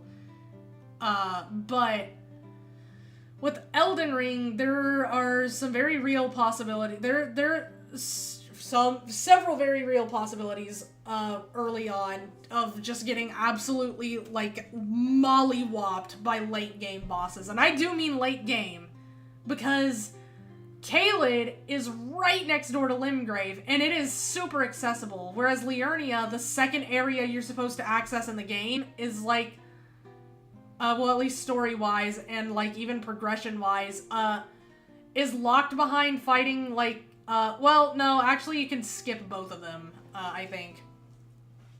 But, like, most people are going to fight Margit and Godric and then get to Liurnia that way. But you can technically get to, get to Liurnia without fighting either, which is kind of crazy. But yeah, it's one of those things where it's like, I mean, even at that point, it's like, I think maybe, it's at least a bit understandable. But with Caelid, it's like, it's right there. It's easier to get to than Liurnia. It's almost easier to get to than the fucking Weeping Peninsula. It's just open. It's right there. Nothing is impeding your progress. And, like, I mean, Caelid in general is kind of difficult, like, but if you, like, since you're getting into Caelid as a whole, and, like, it seems difficult, but not, like, overly difficult, you're like, okay, well, maybe I am supposed to be in this area. And then you get to North Caelid and Dragon Barrow, and then everything just, like, melts you. So, that's what I mean by unbalanced. It's a very good game, but they're, like, it's not as, like, curated as something like Dark Souls, where it would be a bit more linear, where, yes, you can, like I said, occasionally stumble into higher level areas, but it requires more effort than, like, accidentally going to Caelid because it looks like the next area you're supposed to go. But, I do like it a lot. Like, again, what do I say about Elden Ring? I love Elden Ring. It's very fun. There's a lot of, personalization and customization in how you can make your characters. I think my two favorite ones so far have been a Dex Int playthrough, and then because I'm disgusting and, horrible, I also had, like, a Dex Arcane Faith playthrough that I liked, and it was fun. But yeah, Elden Ring. Elsword! I don't play Elsword anymore. I haven't played Elsword in a long time. It's good to know that they're still updating it, though. But, I haven't actually played Elsword, like I said, in a long time. This is maybe the only MMO that I've ever actually played. Well, no, that's not true. I think I played Terra once because my friends were playing it, and then, I didn't play Terra anymore, and then Terra got, like, removed. Terra got, like, just obliterated from the face of the planet. So, yeah. But, this is Elsword, wait. Outing myself as not knowing anything ever. I don't know anything about Elden Ring. This is because what if I might play it one day? True! That's how I am with a lot of games. I recommend it. I definitely recommend Elden Ring. But yeah. Elsword is, it was fun. I think back when I did play it, I liked Luciel a lot, and I think I played Ad a bit too, and, I think Eve. I think I played a bit of Eve. I'm trying to remember if I played anyone else. I think Elysis. I played Elysis for a bit. Or Elysis, how do you pronounce it? I don't remember. I think the main one, my actual main was Lou and CL. So yeah. But I don't think I'll ever get back into it if I'm being honest, but I mean, it's kind of a fun time. It is really fun. I'll give it that. It is pretty fun, but I'm also just not super huge into MMOs, so. The Endless Empty, another RPG Maker game I haven't played, and this one's like another trippy one, kind of like Hylix. And I really do want to play it, but this one is like really, yeah, it's kind of like Hylix in the sense that it's very trippy. Like, this shit is like, yeah, as you can see. Like, the visuals are just absolutely insane. Anxiety Monster is also a thing. I forgot about that one. It's just very insane visuals, and, if this is your type of thing, if you like weirdcore or dreamcore stuff, you're probably gonna absolutely love this. I haven't played it yet, but I knew a tiny bit about it. I just know it's like, it's very similar to Hylix in the sense that it's just like batshit insane visuals and stuff, so yeah. Let's see. Evil West. I don't think I finished Evil West. I didn't know there was DLC. Shit. I kind of want to get back into Evil West because I remember having fun while playing it, but you're basically like a cowboy in the Old West fighting against vampires because they're like, it's a world that's like, it's like the frontier era of like America or something, and then you're like, and then it's like, okay, but what if they faced a vampire like crisis back then? And it's actually pretty fun from what I remember, but I stopped playing it and then I don't think I ever started again, and that's what happened. So I kind of want to get back into it eventually, because it was fun from what I remembered of it. It was very, like as you can see, it's kind of a third-person shooter, but there's like some weird, like almost Souls-like stuff, because you can get all this other stuff, like the, like, grapples and stuff. But yeah, I had fun from what I remembered of it. I just don't remember, like, I just don't really have that much else to say about it because I didn't play enough of it. I did get through a few bosses though. Oh god, I can't pronounce this. It's German, but I don't speak German. Not a lot of it anyways. Yeah, this one. I don't know how to pronounce it, but yeah, it's another RPG Maker game. It again falls into that category of games that I bought all at once and then didn't play. And I think from what I remember, it looks really interesting. Like if I'm gonna let the trailer play for a second and see if I can get like Faust's Albtraum. Yeah, I don't know, man. My bad. The art style looks really good, though. Okay, I do remember this a little bit. It's starting to come back to me. So I do remember a little bit of what I knew about this one, which is not much at all. But this is one of the ones I bought and really wanted to play, but I didn't play. Not yet anyways, but this is one of those that, like, I really want to. It's an RPG Maker game, and I wanna, because I love RPG Maker games. They have such a specific style that I really like.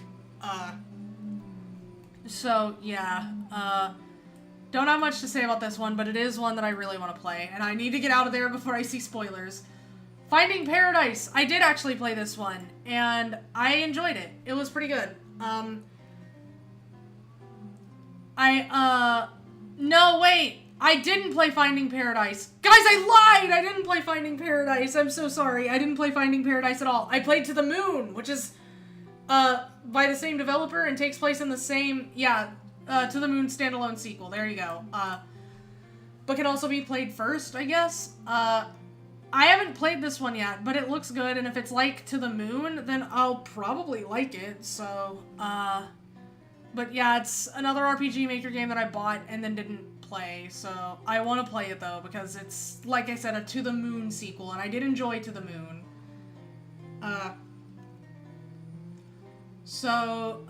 G Darius. Well, I think it's G Darius HD. So this is actually an old game, from the Darius series, which were, like, basically shooters. You'll see what it is. They were, like, shoot-em-ups, almost Toho-style bullet hells, kind of. But they're really fun. And the whole thing is you're, like, a spaceship fighting, like, these giant, like, robot battleship things, but they all look like, they're all based off of, like, actual sea life. Like, there's one that's, like, I think there's one that's a sea angel. There's one that's, like, I think this one's, like, a pygmy squid, or maybe a jellyfish, I don't remember. There's one that's, like, what's it called, it was, like, what's the word? It's, like, the like, fish that, like, have the, like, little things that make it look like they're standing. I don't remember what they're called, though. They're like the little standing fishies. You do get some not frame drops, but some slowdown because it's an old game and it's like the actual original hardware slowed down, so there's nothing to be done about that. But yeah, it's pretty fun. I actually really like this, and I have a lot of nostalgia for it because I played it when I was a baby. And it's really cool. And they have all this extra stuff that you can look at that's really cool in the HD version. And it includes like 5 different versions of the game. You have the arcade version, you have the home version, you have the HD version. It's insane. But it's pretty fun. I don't know. I think this is just exclusively a me thing. It's just one of those games that I have a very, very, very sharp memory of, because it's something that I personally enjoyed. But it's very fun. And I love the designs, like I said, of the bosses. And hell, even some of the normal enemies and the mid-bosses, they're all based off of, sea life. Let's see. Getsu Fumaden. I love Getsu Fumaden. I got the, like, actual ending, but I don't think I did any, like, I don't think I finished the post-game content, but it's really fun. It's like a kind of roguelike Metroidvania. I don't know why I said roguelike. It's a roguelike, yeah. I think the levels are, like, procedurally generated, minus the bosses. Maybe. They might be. I don't remember if they are or not. I think they might cycle between a few different things. You play as, like, Fuma, but once I unlocked Renge, I exclusively played as her because I liked her. But this is a pretty fun game. It's, I think I mained, like, it's very interesting. I think I mained, like, the double swords and the whip, or maybe it was the fans. I don't remember. I think I liked I don't know, man. There were a few things I preferred. You have guns also, but it's really fun. I might go back and finish some of it someday, but I'm gonna have to relearn the entire game, man, because there's some stuff to learn. Ghost Runner! I really liked Ghost Runner. It's really fun. It's kind of I don't know if it's that short, actually. It's a somewhat short game, but, it's a really fun, like, Mirror's Edge-like. I don't think we should call games that. Mirror's Edge-like, or just Edge-like. That just sounds really funny, man. Edge-like. No, it's pretty fun. It's like a parkour game. First-person parkour game, like Mirror's Edge, but you have, like, upgrades, but since you're like a robot, basically, you like, your upgrades come from, like, this, like, they're, like, chips, kind of, but the way you install them is, like, you can't have all of them, obviously. It's, like, so you have, where you have, like, these Tetris things, basically. It's, like, the little squares, and you gotta fit them together however you need to. And they do things like give you extra dashes, make your dashes last longer, things like that. There's some other ones, but I'm just remembering ones off the top of my head. But it's pretty fun. Okay. But yeah, they're, like I said, pretty fun. Think more like Mirror's Edge. Yeah, you see the gameplay here. It's kind of like Mirror's Edge. That was... Wait, did they add DLC? Hold on. Huh, I guess so. Anyways, but yeah. Oh, wait, Bloodstained. I didn't know they did that. Okay, I'm getting distracted. But yeah, very fun. I recommend it. Grimm's Hollow, another RPG Maker game that I haven't played, but it looks very good. The style's very unique, and I like it, and, I think it actually has normal RPG gameplay. Like, actual, like, RPG, like, gameplay. So, yeah, see, there you go. You got the Undertale off gameplay. Speaking of RPG makers, I'm off, but anyways, it looks interesting, but I haven't played it yet, so, but yeah, again, it's another one that I haven't played that I want to, and it looks fun. Hades! I have played Hades. I haven't finished Hades, I don't think. I think I got close. I got to, like, the last area where you're, like, supposed to, like, I think, make it past, like... No, it's after that. It's, like, Cerberus, and then you go, and then there's the last area, and then Hades is there. I want to finish it, and I want to play Hades, too. But, yeah, it's very... what do I say about it? It's Hades. It's fun. Okay. Then The Hanged Man, another one in the Strange Man series that I haven't played. It's the fourth one, I think? Yes, fourth and final.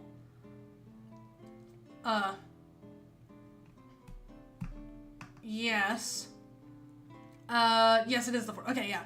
So, Grimm's is a good one, too, I think. Yeah, I've heard good things. I've heard good things about Grimm's Hollow. I just haven't played it personally. But, oh, we got a puppy! Oh my god, doggy! But, yeah, I wanna play these eventually, but, again, I've already talked about some of the other Strange Men games, so we'll just move on from that one. Helen's Mysterious Castle, another RPG Maker game I have not played, that I very much want to. As you can see, it's, I don't know what else to say about it. It's another RPG Maker game, and I really want to play it. And it's one of the ones that I bought at the same time and never played, because they're all, like, cheap, so it's easy to get them all at once, because they're all, like, $1, or around $1. But I really want to play this one, so, it helps that a lot of them have, like, combat and stuff that, like, can help spice things up. They're not all just, like, puzzle games, but, like, yeah. Anyways, that's it. Okay, so this one, I have a story about this one. I don't actually know what this game is. I do not know this game at all. What happened is basically my friend bought this for me as a joke. I don't know what it is. I don't even think he knew what it was. It was like, it was literally just like, haha, funny, and I was like, man, I guess, bro, and it just looks like a horror game, like your typical Steam horror slop, maybe? I don't know, man. It's a game. It is a game. Ebe. This is the remake. This is the remake of Ebe. I've played the original and the remake, and I absolutely adore both of them. I do recommend playing both of them because there's actual differences. Like, the puzzles are different between both of them, and I like them. Like, some of them are the same, but some of them are different. And I like the different types of puzzles, and I love Ebe. The music, the story, the characters, the art style, I really like Ebe. It's probably my favorite RPG Maker game. You know what, there's a good chance it'll remain that way, but I really like Ebe. It's Expedition 33 before Expedition 33. Dares to ask the question of, what if paintings were alive? And it actually does a kind of good job asking that question. There's a bit more characterization with Mary in this game, and that makes me really happy, because I loved Mary in the first game, and, like, no, not that Mary, not James Sunderland's wife, this Mary, but they give her a bit more characterization. I think you can talk to her more in this game, because you have the option to talk to the people following you, and that makes me really happy, because I wanted to talk to her more. Anyways, Mary, the Together Forever ending is the good ending, and I will stand by that. Sorry. Not sorry. Anyways, Ebe, very good. I love Ebe. Okay, we have Friend Slop, Jackbox Party Pack 3, that's Friend Slop, of course. Not much to say about it. It's Jackbox. It's fun Friend Slop. Jimmy and the Pulsating Mass. Another RPG Maker game that I bought and haven't played. I think it's another weird game, obviously. If you couldn't tell by the title, I'd say something, but that'd kind of be spoilers to anyone who looks at chat. What, for Ebe? Don't spoil Ebe, yeah. I don't know anything about Jimmy and the Pulsating Mass, so, like, if you spoiled anything for this game, it would also be spoilers to me, but if you spoiled things for Ebe, then I already know them, but chat, anyone else who's watching might not, so.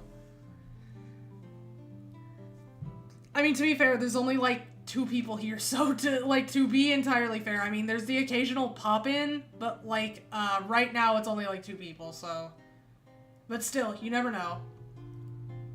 We got the Omori combat, but anyways, like, this one looks pretty interesting. I haven't played it yet, though. Oh, yeah, for Ebe? Okay, yeah, that's fair. Well, I mean, was me not talking about one of the endings already spoilers enough? I mean, that's fair. I mean, I didn't go that far in detail. I just gave the name of the ending, and I said it was the Mary ending, and I said I think it's the good ending. So, Jujutsu Kaisen Curse Clash, kind of a scam. I bought it, and I think I got the version, like, the early, like, the pre-order, like, deluxe edition or whatever that gave you special stuff, and then I played it a bit with a friend of mine, and then we just stopped playing it. It's alright. Just ignore them, I was talking about this. This is another Stringa Games thing. Wow, all of these are rare. I don't, this is like, I think their first one, maybe? But, yeah, this one is, the earliest one, and there's an Ebe reference, like, immediately right off the bat, and I lost my mind. I was like, oh my god, Ebe reference! Because I love Ebe. So, like I said, these games, I think most of his games, but, like, especially the series of 3 that I was talking about, are inspired by things like, RPG Maker games, as you can very clearly tell. I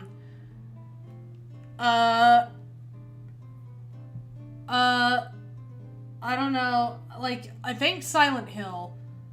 I can't prove it, but I think Silent Hill. I'd have to replay them again.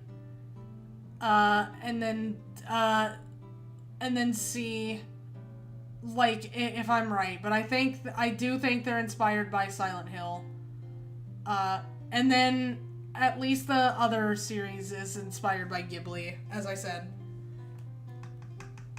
But this one I think might be inspired by Silent Hill. Maybe. I can't prove that. But I think it is. There's no 6-7 reference, unfortunately, like any good, like any Silent Hill game would have. Just ignore them. Brea's story is basically Brea, I don't know how to pronounce that. I think it's Brea, but it's basically like a prequel. You play like as one of the other characters in the that was in Just Ignore Them, and this is a more recent one. I think this was after like Ashina the Red Witch, so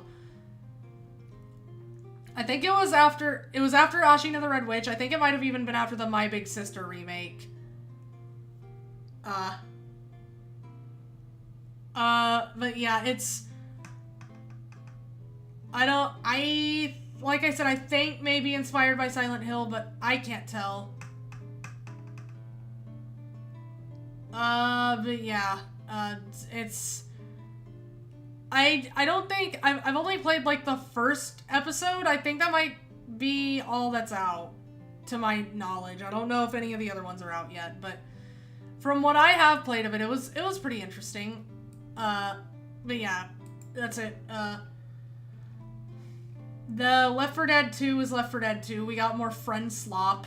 I accidentally spoiled everything! Everything under this. Like, I guess it's friend slop. It's fun. I enjoy playing it. I mainly play it, like, modded to hell and back, so it's unrecognizable, as you should play Left 4 Dead. Anyways. Legacy of Kain Soul Reaver 1 and 2 Remastered. I really like these. I don't think I finished Soul Reaver 1, because the same thing happened with, like, basically just what was it, Evil West, where I started playing it for a bit, I stopped playing, and then I forgot to start playing again, and then I just ended up in this weird position where it's where I left it unfinished. But I want to finish these because the story is so interesting and good, and especially in like 2, the acting and the writing are just insane. Like, there are some lines that I wish I had fucking come up with. Like, there's some lines. This game has some really good, like, acting and writing, and I really like it. The gameplay itself is like, it's kind of like a adventure platformer, sort of. There's some combat. It's, I think it's PlayStation 1 or 2 era, I think it's 2, if I remember correctly. But yeah, this was back then. I remember the gameplay being kind of fun, but I think I'm usually mainly there for the story. But yeah, it's pretty good. I wish they would make more Soul Reaver and just Legacy of Kain games in general. But yeah, very good, very good. Len and the Lion, another RPG Maker game that I have not played yet. It looks very nice though. But I have not played it. I think, I don't know actually that much about it now that I think about it. I'm kind of, I guess I'm like watching the trailer. Okay, so it deals with themes of depression, I suppose. So like, a lot of games do. A lot of RPG Maker games do. I don't know why. It's just really easy to, I think it's just like, I don't know.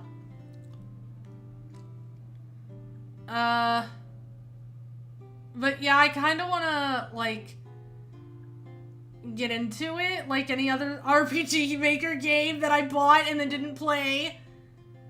But, it's, it looks, it does look interesting. I'm trying to, like, get a feel for, oh, yeah, okay, so we got the RPG Maker... We got the RPG Maker gameplay loop. Let's go. Yes. Okay. Anyways, I do want to play it. It's it looks fun. Lethal Company. We got more friend slop. Honestly, I didn't really like Lethal Company that much even back when it first came out because I just didn't find it that fun. And especially nowadays, when you compare it to other friend slop games, it does kind of show that it's the first one of its kind, or one of the earliest of its kind anyways. That's not to say I hate it. I just don't, like, find it as fun as something like Content Warning or Repo or something like that. If we're to compare it to other games that are supposed to, like, be friend slop, but also sort of horror.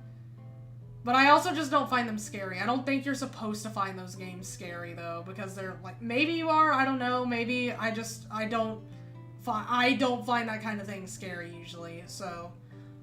Light Eat, I think it's by the same person that did One Bit Heart and Alice Mare. But it's another RPG Maker game that I bought and then haven't played and I want to play.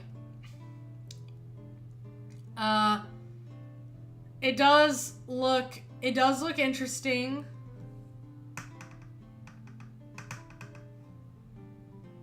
I do want to play it, but it's a bit like it's one of those things where it was like I bought all of them at once and then got overwhelmed and didn't play it. Okay. But, yeah, not much to say about it because I haven't played it, but it looks really interesting and I love the art style. Light Eat, my beloved? Oh my god, hold on, wait, this is your shit then. Oh my god. Hell yeah. Well, I'm glad we got to it. I do want to play it though. It looks very good. Let's see. I think we're about close to halfway through, maybe. I hope my poor, vocal cords can hold out for the rest of this. Okay, so I'm gonna rank these three together. Not rank, but, talk about them. Life is Strange, then Life is Strange Before the Storm, and Life is Strange Remastered. The reason I have Before the Storm is because it came with Remastered, otherwise I wouldn't have gotten it. I really like Life is Strange. It has its problems, obviously. It has its problems. It is absolutely not for everyone. A lot of people are not gonna like the game, and that's fine. I do personally like it, though. I'm not about to sit here and try to, pretend it's a masterpiece at all. But I do like Life is Strange, the original. It is definitely worth playing to see where the series started. I honestly don't care that much for any of the games after the original. Especially after Deck 9 decided that they were gonna be like, you know what if we brought these characters back for no reason? Their story was over, bro. You didn't need to bring them back. Anyways. I don't really particularly care for any of the games after the original, but if we're talking about just the original, I think it's really good, but I also have a lot of nostalgia for it, so, which really helps because, mind you, one of the main themes of the game is nostalgia. They use nostalgia as, I guess, the brush, or rather the canvas on which the brush is painting. Because, think about it, the whole thing is, it takes place when they're, in high school or college or something, and that's, a time that, if, I guess, adults are nostalgic for, I guess, but, another one is, I think it's, the whole thing is, she went back to her childhood town, and she reunited with her childhood friend, and then the whole, main mechanic is that she can rewind time, literally go back in time, and then it gets even more on the nose, where, she can look at, later on in the game, she can look at photographs and then travel back in time to when those were taken. So, yeah, nostalgia is a pretty big recurring theme for that one, so it helps that I have nostalgia for the game because it uses nostalgia pretty effectively, I think. But again, not everyone's gonna like it, but I do think those who do like it will really like it, so... again, not a masterpiece, but, it's a very divisive game where the people who really like it, and the people who really hate it. Just, my advice is, either play it or watch a playthrough and just form your own opinion. If you hate it, then that's fine. If you love it, that's great. I guess that's kind of my advice with any game is, just play it for yourself. Honestly, I don't really care if you hate something that I like. The issue is, like, I feel like a lot of people maybe miss out on things they would like, or, like, at least miss out on having their own opinion by just saying, you know what, it's bad because I've heard it's bad. And that's something that I find dumb. I wouldn't really have a problem if you said it's bad because you didn't like it. Like, that's fine. That's, like, at least personal experience. But, like, if it's bad because some guy said it's bad, then, like, man, just, like, be your own person. Are you, like, what, are you gonna, are you gonna like and hate everything because someone else said to? Just, like, you don't even, like I said, you don't have, I've said, like, so many times. It's because it's getting harder to talk, and that's kind of what I default to. Alright, you don't have to like it, is my thing. Just, like, form your own opinion on it. I did it again! Hate it, but do it honestly. In the words of someone from another game that I've already talked about, I'm not saying which because you'll have to find out. But yeah. Little Goody Two Shoes! I want to play this shit so fucking bad. That's the DLC.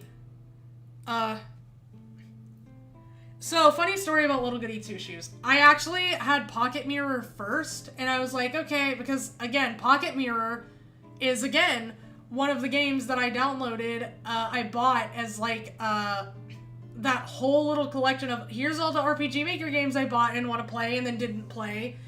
And then I was like, wait, Little Goody Two Shoes is getting, or not Little Goody Two Shoes, Pocket Mirror is getting a prequel. And then it was Little Goody Two Shoes. And then it, like, popped the fuck off. And then everyone was like, this shit's so good. Little Goody Two Shoes, my friend. Pocket Mirror, my also beloved. See, exactly. I know how goated this is, and I haven't even played it. Also, like, Astral Shift, the developers really like Toho, as you can tell by some of the character designs and styles, and, like, that's incredibly based. That is very based. Toho enjoyers are always based. When Toho fans make games themselves, they make shit like Little Goody Two Shoes and fucking Undertale and Deltarune. So, like, UNO and Cameo and Pocket Mirror, I love that. That's actually great. Me, when I'm in Pocket Mirror, and now Flandra's here. Hi, Flandra! But, also this game, I think covers some themes that I also really like, quite a bit, if I remember correctly. I know it has multiple endings, and like I said, some of the themes it deals with are themes that I famously enjoy, games dealing with. And I guess you'll actually see that soon, because some of those themes are actually explored pretty well in Silent Hill F. No spoilers, but yeah. But I really want to play this. I'm actually probably going to play this on stream somewhat soon. I say somewhat soon because I can't promise when, but I am... Ooh, the art book! Okay, hold on, guys, we're getting distracted again, fuck. But yeah, I want to play Little Goody Two Shoes really bad. Anyways, moving on. Lunacid. I adore Lunacid. It's a Kingsfield-like game, and it's by Kira, the same Giga Chad that made Spooky's Jump Scare Mansion, or Spooky's House of Jump Scares, whatever you want to call it. They also made Lost in Vivo, which is a very good, like, horror game. It's kind of, I want to say that it's inspired by Silent Hill, but, I mean, Kira is a known Silent Hill fan, so I don't know where I was going with that, but, yeah, I want to get the art book, TBH, same. I haven't played the game, and I want the art book so bad. The art is so good. I love the art for Little Goody Two Shoes. But, yeah, Lunacid, very, very fun. I'm probably going to replay it and do it on stream, because it's just such a fun game. And since you can upload your own, like, images to use as profiles, I could be me. I could be Archer instead of whoever else. Why does it stop? Okay. But it's very good. It's made by Kira, and fun fact, not a lot of people know this, and when I say this, a lot of people are still not gonna know this because there's, like, not that many people right now, but, there's a whole area in Lunacid, that's, a Carmilla reference, and that is very based, and I love that. Anything that references Carmilla is based, especially if they stay true to the actual source material and actually use Carmilla as a character more than just, like, okay, female vampire, because I see that too much. I see, like, they kind of did it with Castlevania a little bit, too, where it's like, okay, well, female vampire, there we go, woo. There's more to it than that! There's more to it than that! She's not just a female vampire, you're missing the whole thing where she has, like, her and, like, this girl she's with, like, are yearning for each other so pathetically and horrendously, and there's, like, tragedy and stuff. You can't just ignore that! That's, like, a whole part of the character! Like, I love her. How could you do that? How could you just make, okay, well, it's Carmilla, just female vampire. But, like, no, this is the girl who, like, Dracula had to deal with the housing market. Carmilla crashed her car on somebody's front lawn and got, like, a whole room, cushy-ass room, girlfriend. Got it. Woo. Done. Oh, my throat. I shouldn't be yelling, but I am. But this game, Lunacid actually, like, references the source material without even using the name Carmilla. They use a name. I won't say what they use because I kind of want to show y'all, but, when I do play this, but I'll say it. Why am I being vague? The area is called Lefanu Castle, and Lefanu is actually the name of the author of the original Carmilla novella. So, yeah. But there's also a story of, like, the vampire queen and, her knight, who she, like, I think the knight, she, like, destroyed the moon? That's not what happened. I need to replay this. The moon was destroyed, and she was fighting, like, the fog beasts or whatever they were called. And then she, like, her and the queen were in love, and then the vampire queen, Justina, turned her into a vampire, and they're immortal and in love, and that's beautiful! That's so good! Anyways, moving on. I like Lunacid. The game is very fun. There's a lot of customization, and, as standard with, Akuma Kira, games, there's some very meta, things, and some very meta endings. But yeah. And apparently they're coming out with, like, DLC, and I'm excited for that. Lunacid Tears of the Moon. I'm not gonna talk about this one too long, but the interesting thing about this is it's a prequel to Lunacid, but it's made in the same engine that, yeah, here it is. Kingsfield making Tool from 2000. It's just straight up made in that engine, which is really cool. But I think it takes place in, the kingdom that, like, I don't remember the name of it off the top of my head, but the one that I was just talking about, yeah. But it takes place there, and it's a prequel. So yeah. Very cool stuff. Mad Father. I actually have played Mad Father. It's pretty good. It's Mad Father. Like, what do you want me to say about it? It's pretty good. Out of the two Sen games, though, I have to say I personally prefer Misao. I know that's a bit of a hot take. I think most people prefer Mad Father. I don't. I prefer Misao. Mad Father is pretty good, though.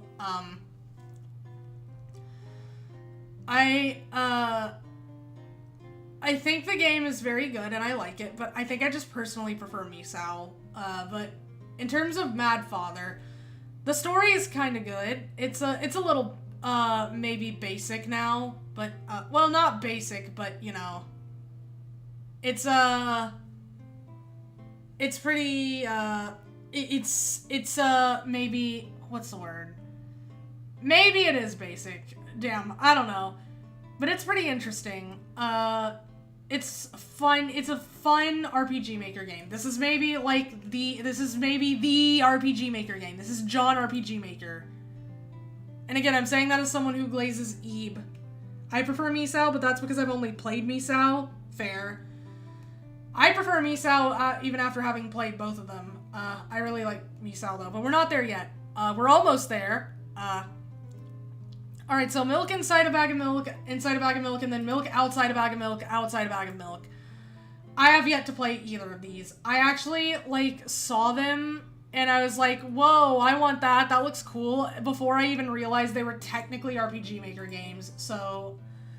yeah, but I really want to play these. I just haven't found an opportunity to, because most of the time I'll be in the mood to play other stuff. I just haven't felt like too much of a pull to play these. Even though I really want to. It's so weird, but they look so good. Look at the visuals, bro. I'm gonna be a little quiet because, for one, my vocal cords are kind of mashed right now. I've been, screaming for close to 2.5 hours, so... But, yeah, look at the visuals. This shit is so cool. But, yeah. Anyways, milk outside a bag of milk, we'll look at that one too, but this one, I think this one gets talked about more, even though it's I think it's a sequel. Maybe not a sequel, but it came after Inside a Bag of Milk. I want to play it so bad though. I want to play both of them. Maybe I'll play them on stream. Maybe. I cannot and will not promise anything, because I don't want to say something oh, I'll play it on stream, and then I just never do. But, look, it looks so cool. Yeah, anyways.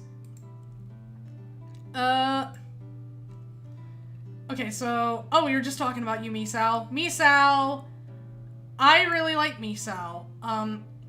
I don't like the true ending. I refuse to get the true ending, because the true ending is bullshit, and it shouldn't be the true ending. Because the true ending basically boils down to, guys, what if we forgive I don't even know if I can say this, because, you know what, fuck it, they're not gonna, Twitch isn't gonna get mad at me with my, 10 average viewers, so, what if we forgive the child rapist, guys? What if we did that? No, what if we don't do that? How is that the true ending? Go to hell! Actually go to hell! What do you mean? Holy shit. Also, I like that male Aki and female Aki, despite being the player characters, are very different characters. And female Aki is better because she's really funny, because she laughs at, where is it? Hold on, let me see if I can find it. Spoilers for Misao really quick. Give me, no! Okay, give me, 5 seconds. Okay, so, give me 5 seconds starting now. 1, 2, not this. No, give me 5 more seconds starting now. 5, 4, give me 5 more seconds. I can't find it, bro. I'm not gonna find it. Okay, basically, at least they acknowledge that he's fucked up and bad by reincarnating to a lower form of life in the Buddhist cycle. Brother, I'm gonna be real, he should have just gone to Buddhist hell. Fuck, shit. They do some fucked up shit in Buddhist hell. But no, basically, a really shitty person dies, and, male Aki is oh damn, I couldn't save her. Female Aki is whoops, teehee, I forgot to save her, haha. I'm not even exaggerating, I think she just straight up says teehee in the dialogue. It's really funny. She did not give a fuck. I think there's something that Sen said during an interview or something else that confirms that maybe that for some reason female Aki specifically is a demon or something, which is really funny. Why? I really like that they did that. That's actually really interesting, and they kind of do it really well, where it's the two player characters are just completely fucking different to the point where one of them might be a demon and the other one just decidedly isn't. Oops, totally forgot to save her, teehee. Yeah, that's what she says. That's what she says. You're so right. It's really funny. But there's another point where you have to kill, John child murderer rapist, and male Aki's I'm sorry, I have to do this, but female Aki's hey man, I'm gonna do this, haha, lol, and she's smiling, and it's man, what a giga chad, what an absolute sigma. I love female Aki. It's yeah, I really like it. I hate that it's implied that, well, no, it's not. Okay, so here's the thing. Why is the ending, titled, special friend with, male Aki? It's oh, hey, it's implying romance, but, the image you get for precious friend just feels more romantic. They're holding hands and everything. What do you mean? Just put the Yuri in there, brother. That's fine. Yeah, you could do what, Fate Grand Order does and have, it doesn't matter what gender the protagonist is. There's a lot of characters that just really fuck with you either way. Which is really funny about Fate Grand Order. The protagonist in Fate Grand Order does have a harem, but they have that harem regardless of what gender you are. It's just really funny. Anyways, but yeah, I really like Misao. I actually haven't played it since the 2024 HD remaster, and I want to. I played it. I played the Steam version, just not the... Maybe I did play the 24... I don't think I did. I didn't play the 2024 HD remaster, and I want to, and I will. So, yeah. But anyways, I do like Misao. I actually prefer it to Mad Father. There's some really messed up stuff that happens in the game, though. So I guess fair warning for that. They're a little heavy-handed with it. They're not quite as subtle as something like Silent Hill, but you know what? They kind of don't need to be. That's not what the game is trying to be, and that's fine. Mizuchi. I love Mizuchi. I love Mizuchi. Wait. I think it's in the original, male Aki can't bring himself to do it, so female Aki has to manifest across reality and possess him or something. That's so funny! That's so funny! Oh my god! Why is... Okay, so female Aki is the main character. Hold on. Sorry, Mizuchi. We're going back to Misao for a second. That's so funny! So, female Aki is the main character because what do you mean? There's also two... Wait, look at the trading cards. There's two with Misao. There's one with male Aki, and then there's two with female Aki. So she is just the... You're still supposed to play as her. That's so funny. That's also a nice, reverse of what the usual is in games, where it's here, we can give you a choice of protagonist, but usually the guy is the one who ends up being considered the canon one. In Genshin, for some reason. They only use Aether for all of the promotional material, which, why? At that point, just have us play as Aether. I'm not getting back into this. I complained about it when I was talking about Counterside. I'm about to complain about it again. Just have us play as the character you want us to play as, but, I'll allow it this time because it's funny. But no, that's so funny. Why is Aki just, why is female Aki just such a giga chad? Oh my god. Okay. Anyways, Mizuchi, sorry, we cut that, we had to leave Mizuchi so I could talk about, the funny about Misao being funny because, apparently Aki is just a reality warping demon, which is really funny.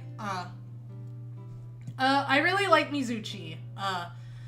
It's a visual novel. It's a Yuri visual novel specifically, and you can kiss the giant snake woman. What else do you need? That's all I'm gonna say about it. That's all I need to say about it. No, I'm kidding. It's really good. It's very, very good. I like it a lot. I know you can romance the other character, and there's other endings where you don't romance either of them, kind of. There's like 2 different romance paths for each of them. There's like a normal romance path, and then there's a true romance path, which usually ends up being a better ending than the normal one, kind of. Yeah, no, on average, the true romance paths tend to be a bit better. But there's also, like, a neutral ending where you don't romance either of them and you all just kind of travel together, which is kind of nice. But yeah, yeah, see, you get to kiss the snake woman who's also a mermaid, and I'm not going to spoil the story, but it's very good, and I like it a lot, and it's good. Monster Yuri, Snake Yuri, yes. I love how Star Rail flip-flops, but also on average, Stell gets the more canon stuff, and also consequently, all of the trauma, while Kalis just, like, gets a dance video. Yeah, that is pretty funny. Yeah, from what I've seen, that is the case with Star Rail, which is incredibly funny to me. Like, he's just there sometimes. He'll get, like, some stuff. Also, this is very off-topic, but I love that one sponsored Star Rail video where it's, like, I know people are like, oh, it's the Kalis and Firefly date, but there's also just, like, Acheron eating Black Swan out in the background, which is really, really funny. They sponsored that. They sponsored Akaswan making out and then Sloppy 69. And then, yeah. It's really funny. Monster Hunter Rise. Okay, so I played Monster Hunter Rise for a little bit. I want to get more into Monster Hunter, but oh my god, the tutorial is awful for Monster Hunter. And when I say like tutorial, I mean lack of tutorial. It's all just text dump. Like, shit, maybe if you played the earlier games, it would be fine, but, like, for people who are just getting into it, like, because for me, I'd only played a little bit of Monster Hunter on the 3DS in the past, so I didn't know that much about it. So, Nargacuga, and then the Mizutsune, I wasn't commenting on it, but, yeah. Anyways, it's just a little overwhelming, and it's not a good way of doing tutorials, and I know a lot of people are willing to forgive it, because it's like, well, once you get into it, yeah, but once you get into it isn't getting into it. Like, for example, as a new player, I did bounce off of it. A lot of people are gonna bounce off of it, because, like, text dump, information blocks, or just, like, or information dump text blocks, whatever, fuck, they're just not very particularly engaging or effective ways of learning, games. They just really aren't. In fact, one of the video essays I wanted to make was about onboarding and tutorials in games, because Monster Hunter Rise, in my opinion, is a shining example of what not to do for tutorials and onboarding, because it's just so bad. It's just, like, one text dump pop up after another, and, like, it doesn't give you any meaningful way of doing anything outside of go do this thing and I guess learn it, and, like, man, what the hell? I don't know, maybe I'm being too hard on it, but that's kind of all I have to, like, the game itself is really fun, though, I guess. But, an example of of a really good, why have I just been, okay, there we go. Of a very good, onboarding or tutorial is, like, actually, I think, Soul Reaver is pretty good at it, but, we don't need to talk about that right now. I'll wait till the actual, like, the essay I was talking about to do that. Dude, Black Swan has 3 toxic/doomed Yuri picks, and all of them are equally canon. How does she have so much Riz? It's really funny, because, like, I think all 3 times it was also by accident. Well, kind of. It was kind of supposed to be, like, a honey trap thing for Acheron, but then she, like, it backfired, and she was like, oh my god, she's so scary and insane, and I think I'm obsessed with her now. Also, Aaron Zek is Black Swan, and Allegra Clark is Acheron, and that's really great. That's cool. I love that. That is Blake from Ruby and Dorothea / Shamir from Fire Emblem Three Houses, and also Beto from Genshin. But yeah, I know there's like a bunch of good Black Swan stuff. I'm sorry, I'm very married to Akaswan though. I know Evernight and Black Swan are like they're very cool. I know that. I realize that. To me, just oh my god, Rondo Across Countless Culpas genuinely rewired my brain. Like that shit was insane. That didn't just rewire my brain. That's all anyone was talking about for that whole like 3 days. Like, it was so good. The animation was good, the direction was good, the music was good. And I've said this before, I will say it again many times. Whatever the hell they had going on in that whole sequence, like that dance and then the subsequent, like, cannibalism dance, like, whatever was going on there was honestly more explicit than an actual sex scene. Like, genuinely, I was like, what is, like, why do I feel like I'm interrupting something? Why do I feel like I shouldn't be here? Like, Jesus Christ. No, Everswan just, means more March Knight. True! March Knight is very good. But I also like Stel March, so. Yeah, no, the dance was peak Yuri. It really was. That shit was insane. That was like Yuri cocaine. I don't know what they were on. That was just a period of time where Hoyoverse was really popping off, because that was when Genshin was in version 4 and Fontaine was popping off, and Arlecchino, like, whatever they had going on at that time, like, they were just on something else. I don't know if we'll ever get Hoyoverse in peak condition like that again. Like, genuinely, that was peak Hoyoverse, was, like, whatever was happening during version 4 of Genshin, and, like, also, that was when Rondo Across Countless Culpas released, so, like, I'm sorry, you can talk about, like, oh, Amphorius or whatever as much as you want. I don't care. I don't care about, like, anything else. I know Nodcry has been peak. I know, I know, like, recent Star Rail was kind of peak until it wasn't, but, like, I don't care. That was still peak Hoyo, was just a little bit before that. Anyways, we kind of got on a tangent. Whoops. Mothlight, another RPG Maker game that I bought and have not played. I think it's another kind of, like, super, like, weird aesthetic. Yeah, weird aesthetic, like, almost Hylix, sort of. Or even off. It's yeah, very Hylix and off. Yes, very much so, just from looking at this. It's another RPG Maker game. It's just kind of surreal. Again, I don't really know anything about what this is about. It was another one that I just bought and then didn't play. But yeah, it looks pretty cool. I'm definitely getting very off and Hylix vibes, so. Muck, I don't feel like talking about, like, what do I say about Muck? It was a friend slop. It was a friend slop game that I played with my friends for like 2 days and then we all stopped. There we go. That's Muck. Muse Dash. I love Muse Dash. I forgot I don't remember uninstalling it. Whoops. Maybe I will. Wait. Hands of God? How do only 2.5 people have this? What? Whatever. This is a very fun rhythm game. I adore Muse Dash. Genuinely, I love Muse Dash. They have some Vocaloid songs in there now, and they have some Toho songs, and I really like all of them. And I don't know if this is still a thing after, the update, because I remember during the Toho thing, it was like an event where a lot of the stages had, like, Toho characters in them, in the background. I think they still might, but it might only be for the Toho songs. But I could be wrong. But I did like that.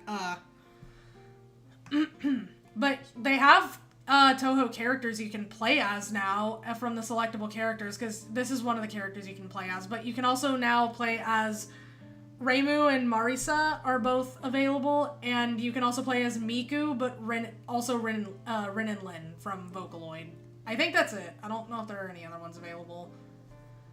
But I do love Muse Dash. It's very, very fun. There's a lot of songs I really love from this. I might start playing it again soon, but we'll see. It's a really fun rhythm game. I love it. How many hours do I have in it? Like 53? Damn. I thought I had more. To be fair, I used to play it on my phone a lot too, back in the day. My Big Sister and My Big Sister Remaster. Okay, so these are kind of very different games. Like, they imply different things for their story and then for the story as a whole. I really like them, though. I actually really, really like these, both versions of the game, and I kind of...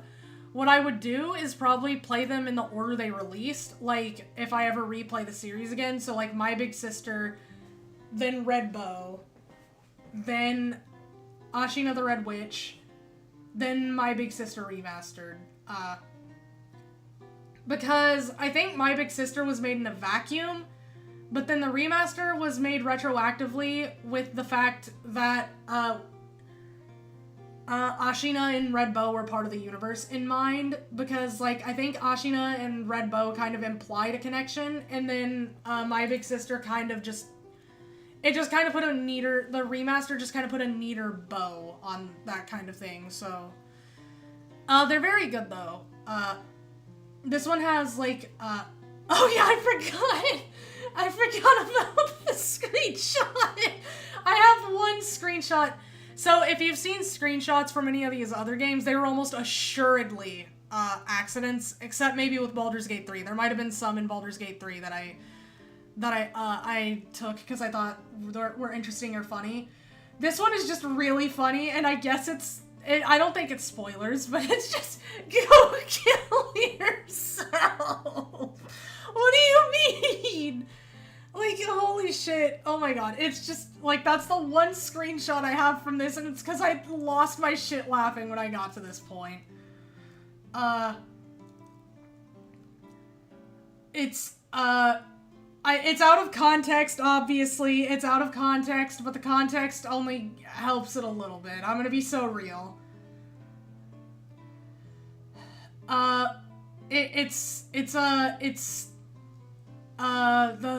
Also to give a little bit of context, this is the playable character. That's the character you play as, Luzia. But yeah, a pretty funny screenshot. I like the game. I like the story. I'm excited to see what the developer does next. I did get all the endings. It's kind of easy to get all the endings, I think, if I remember correctly, because for the most part, I think you just need to reload, like, the last area of the game, and most of what you need is in that area, I think. I really like it, though, and I think after... I don't remember this exactly, but I think the developer said they were considering, like... I think they were gonna maybe make another game in this universe. They just didn't know how to, like, after the Red Bow remaster. But yeah, good games. I like both of them. Again, I would recommend playing both of them because they do kind of, like, while they do definitely imply similar things to their story and their universe as a whole, they imply different enough things that I think you should probably just play both of them, because they do kind of have different overall stories, I think. Anyways. So, they're very good. I like them. Very underrated. I will be playing them on stream at some point.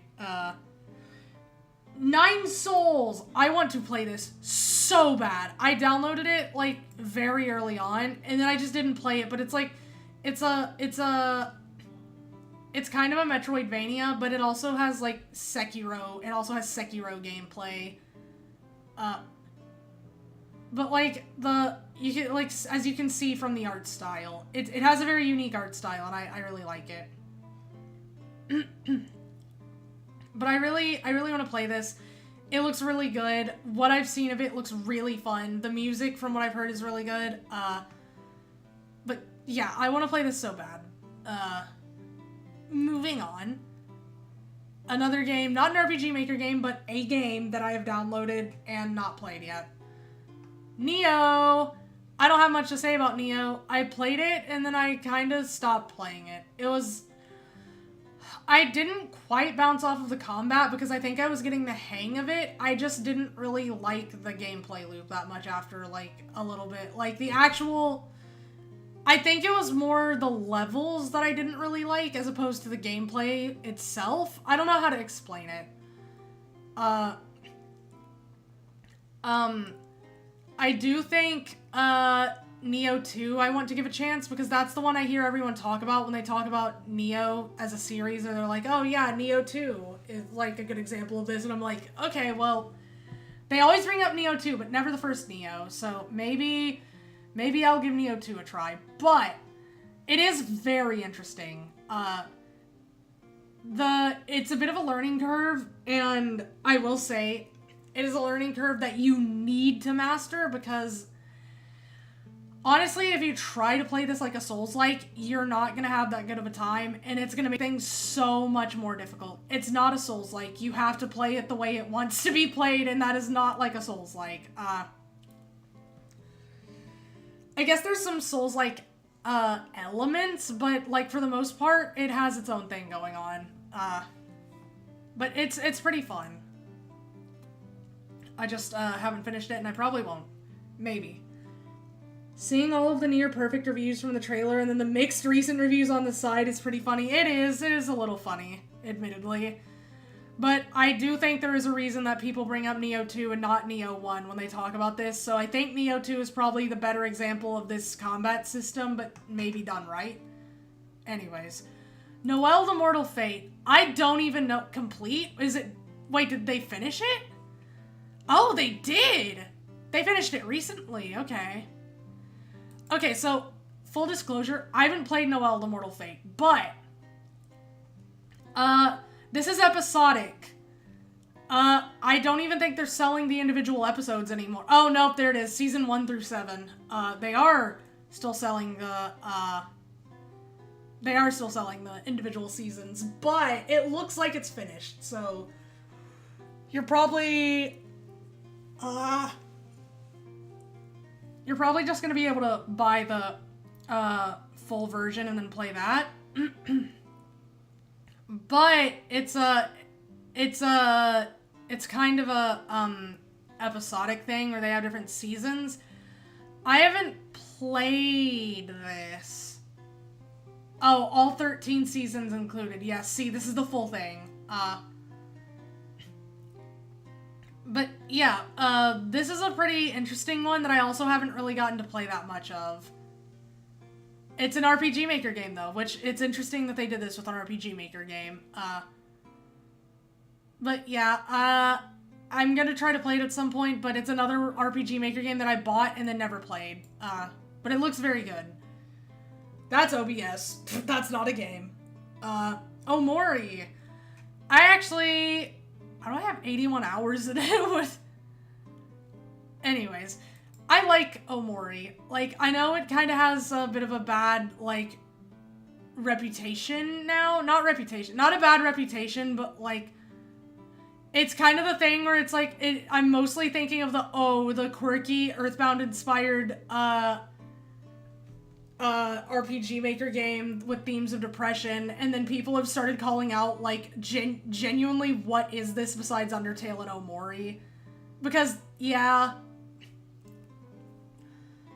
there's, like, mostly, that's mostly just these two games, but I played this, like, a while, yeah, 2021, brother, that was an eternity ago, but it's, whoa, it's pretty good. It's a nice play or two plays, maybe, depending on what endings you want to get. How are all these so rare? Okay, well, anyways, I have a bunch of the rare achievements, apparently. But, yeah, it's pretty fun. I'd recommend it if you're interested. But yeah, One Shot. I want to play One Shot so bad.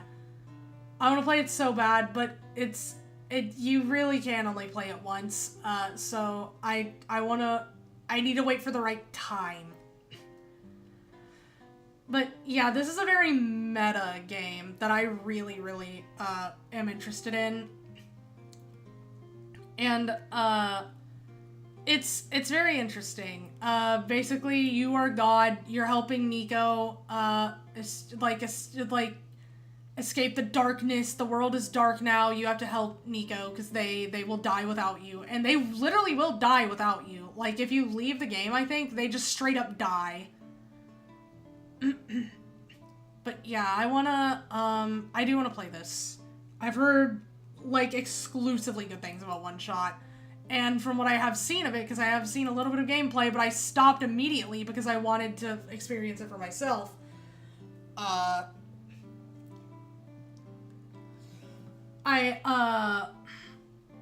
do like it a lot. Okay, so Oshirabu and Oshirabu, the sequel.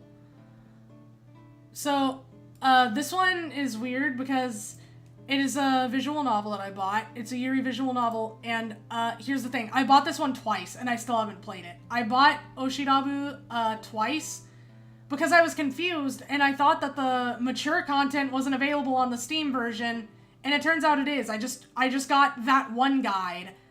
So I went through, I bought the game again, and I downloaded the M patch, and I didn't need to do that. So I just have 2 versions of this game permanently.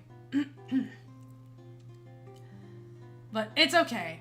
Anyways, I still haven't played it despite having bought it twice and bought the sequel. But yeah, I want to play it really bad, and eventually I will, mark my words. And then Oshirabu the sequel. I have not played this either. I want to play this just as bad as I want to play the original. That's all I'll say. But I think, if I remember correctly, the premise is, like, there's a girl who, likes gacha games and likes collecting, guys in them, and then, like, this other girl starts dating her or something. I don't remember. Shit, that's probably what it is. A lot of the rarer achievements in Omori are route dependent and or interact with this one poster you might not realize is a poster you can interact with that also starts a side quest. It doesn't tell you is a side quest. True! I think I remember that, actually, now that you mention it. Yeah. Next up, Paladins. This is kind of another front slot game, I guess. It's a shooter. It's one of the few first-person shooters I have ever played, and I have less hours on this version because I think I played it more on a different account, so...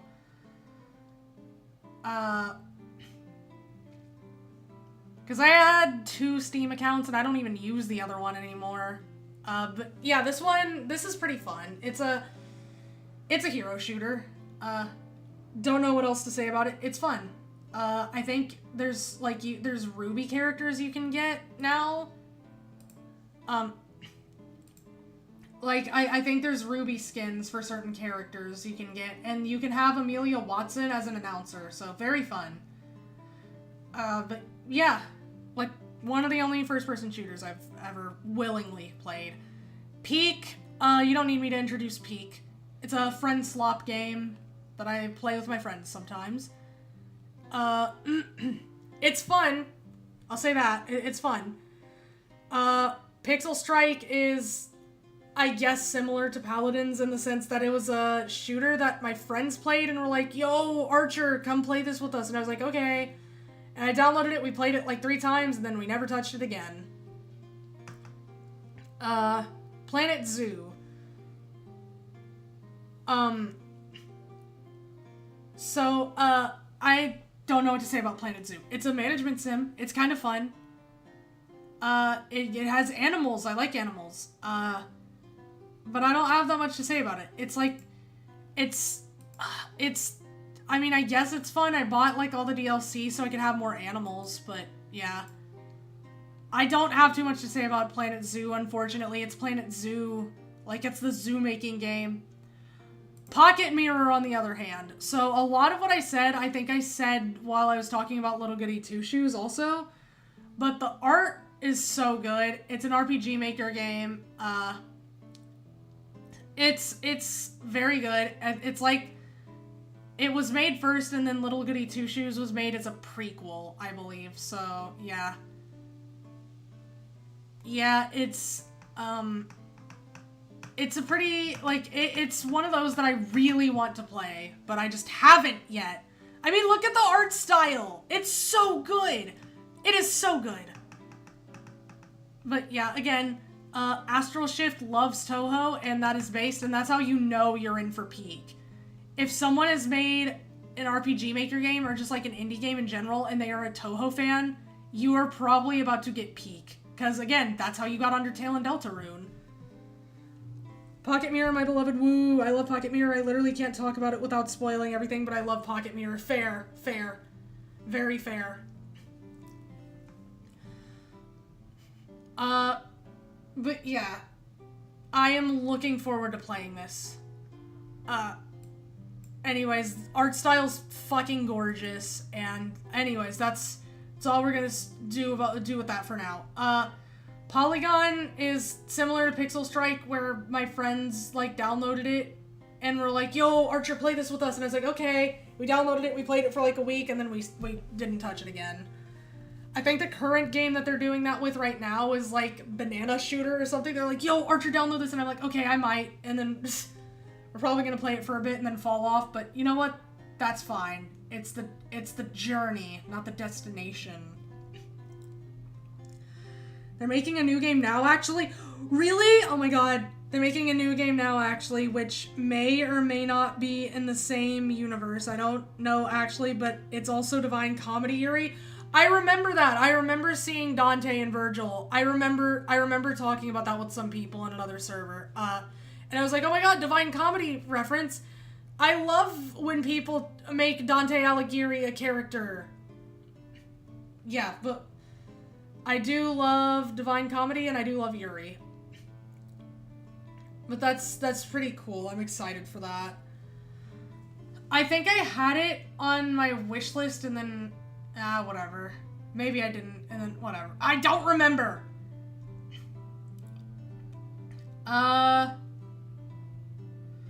Okay, so Project Cat. That's another RPG Maker game that I haven't played that I desperately need to. I bought it and then I haven't played it.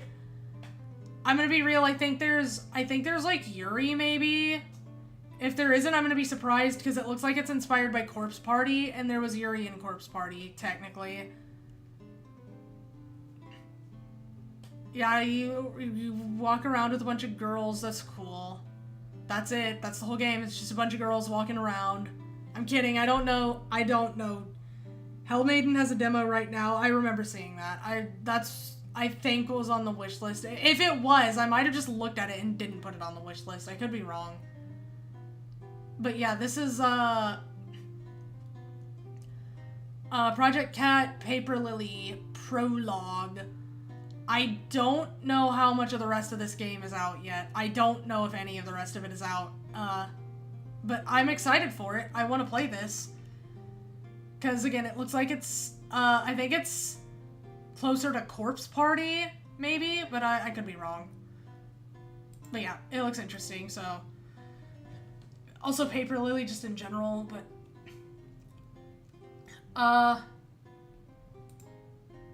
Is it still? Oh, chapter 1 is out. Nice. Okay, so some of the game is out. Alright, well, I'll have to keep an eye on that. Actually, you know what? While we're here, give me a second. Okay. Okay, so it is out. That's just actually the whole game. Okay. Not the whole game, but part 1 at least. Give me just a second. I said I wouldn't get distracted, but I am getting distracted because I want to make sure I don't accidentally forget to put some of these on the wish list. Yeah, this is it. Okay, so there we go. Alright, good. There's some others I'm probably going to do after this, but we're going back to actually talking about the ones I do have. Pseudo-Regalia. I love Pseudo-Regalia. I don't know if I meant to take this screenshot. I don't think I did. I think I was just, like, fucking around trying to figure out the keybinds, and I took this by accident. But, yeah.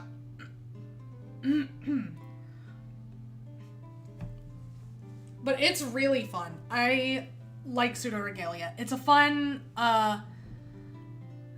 it's a fun, platformer type game. And it's like it's got some nice movement. It's a movement-based platformer. And it's really fun. I think I got all this, like, the optional stuff you can get, which is, saying a lot because, there's some stuff that's really difficult to get. But it feels really good to move around in this game from what I remember playing of it. And Iron Pineapple once described it as what Lunacid is to Kingsfield like, Pseudo Regalia is to platformers, and I fully agree with that. That is a perfect way of describing this game. Especially because, like, I mean, the themes, like, obviously Lunacid, like, a big focus is the moon, and Pseudo Regalia, a lot of the focus is the sun. So, weirdly enough, they are, like, two halves of a whole. But, it's a very fun game. I will say you kind of have to choose between controller or, mouse and keyboard, and I think I would personally recommend controller, but I don't think I got my controller to work with it, so I used mouse and keyboard, and it was just kind of difficult, so I think it might be a little easier with controller, but I'm not sure. Other than that, it's like a really fun game, and I definitely recommend it.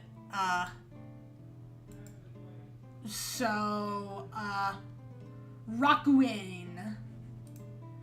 Rakuin is another RPG Maker game that, once again, I bought and then never played, because when I say I bought a lot of them at once and it overwhelmed me, this is what I meant. I bought a lot of them, played a few of them, and then didn't play the rest of them.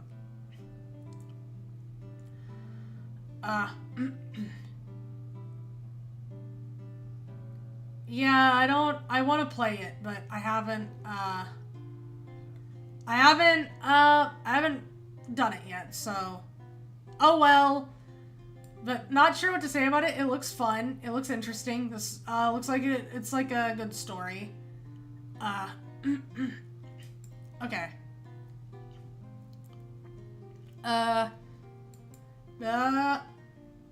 Wait. Yep. Redbow. I was talking about this one. I believe the developer is still working on the remake. Not the remake, the remaster. I don't know if they're finished yet. Did I not get this? Oh, that's like the worst ending or something. I don't think I got that one then, I guess. But yeah. Redbow. Very interesting. Like I said, I really like everything this developer makes. And this is one of their earlier ones, because it came right after the first My Big Sister. But it's pretty fun. I like it. But yeah, like I said, very clear Ghibli influence with a lot of these.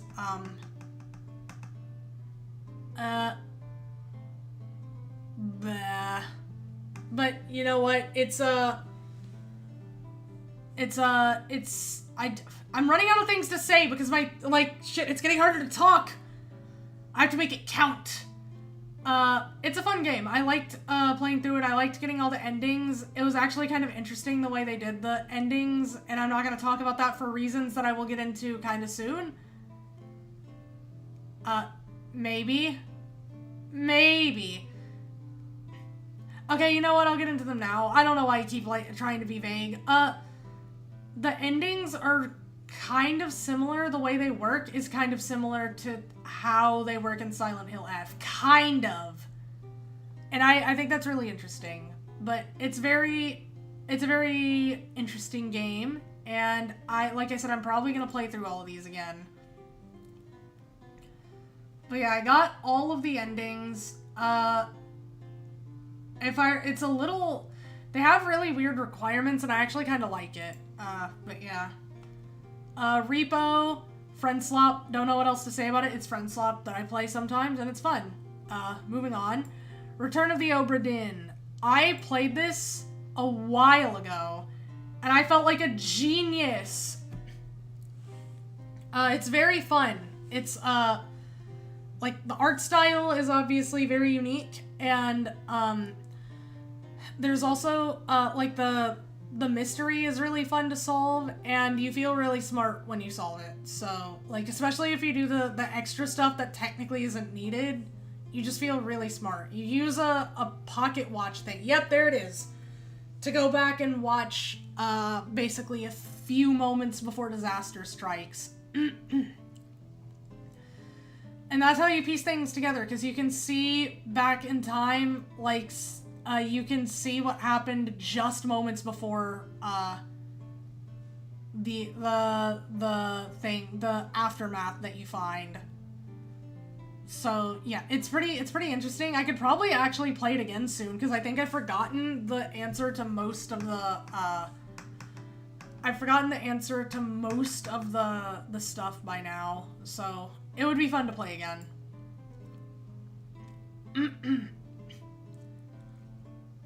Oh, wait, what? Okay. Anyways, Rituals in the Dark! This is another Yuri visual novel that I played. It's, Ebihime does a lot of, Yuri visual novels now, but this is, I think, one of her earliest ones, so I really like this one. It's, I remember liking it quite a bit. I think it has, like, I don't remember. It's been way too long since I played this, but it's, from what I remember, I had a pretty good time with it. It's kind of got a mystery thing going on, but, I mean, there's not really much you can do to interact with it besides just, like, playing through the story. And it's a pretty good time. I would definitely recommend it. In fact, I might play it again on stream since it's been so long that I just fucking forgot everything. But yeah, there's Yuri. There's Yuri, which is based Yuri. There's like 7 achievements. Damn. I'm so good. My poor fucking vocal cords. RV There Yet. Friend Swap that I haven't played that much of yet. I want to play more RV There Yet, but my friends don't have it yet, so I can't slop with my friends. Samurai Maiden. This one is weird. So, this is another game that I bought, and then didn't play, because I was like, oh my god, wait, it's like Yuri, but like hack and slash gameplay. That's so cool. And I think there's like, oh yeah, I was gonna say, I think it's like isekai, and yes, it is isekai. But yeah, we have Warriors style gameplay. Dynasty Warriors. But that's, I think it's, from what I remember, it's basically just like Dynasty Warriors, kind of, but, like, there's also Yuri, so, it looks like one of those games to me that might see it's mixed. To me, it might be what, like, Knights of Azure was to me, where it was like a game that I really enjoyed, but isn't necessarily that good, which, honestly, that's the best kind of game, in my opinion, or one of the best kinds of games are the ones that aren't, like, necessarily good, or hell, or even bad sometimes, but, like, you specifically enjoy them. They do something right that you like. But yeah, it looks interesting, and I might play it soon. I've been saying that, I think, for a few years now, but I want to play it. The art style looks cool. I like it. Let's see. Sandman. Another one in the Strange Men trilogy. Trilogy? Quadrilogy. I can't count! Ah! Okay. It's the second one. It's another one that I want to play. It's, again, another RPG Maker game, again, that I bought and then didn't play. That's gonna be a big theme with a lot of these games. But I want to play it. It seems interesting.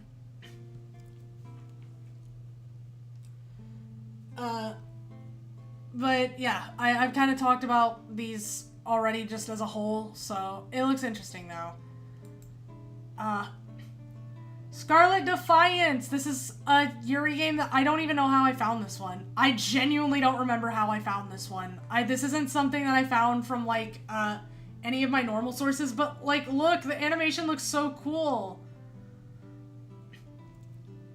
The art style and the animation. And then, I think that might be how I discovered it. I think someone was like, this looks cool, and I was like, oh, that does look cool, and I found out, like, oh, hey, it has, like, Yuri in it, so that's pretty cool.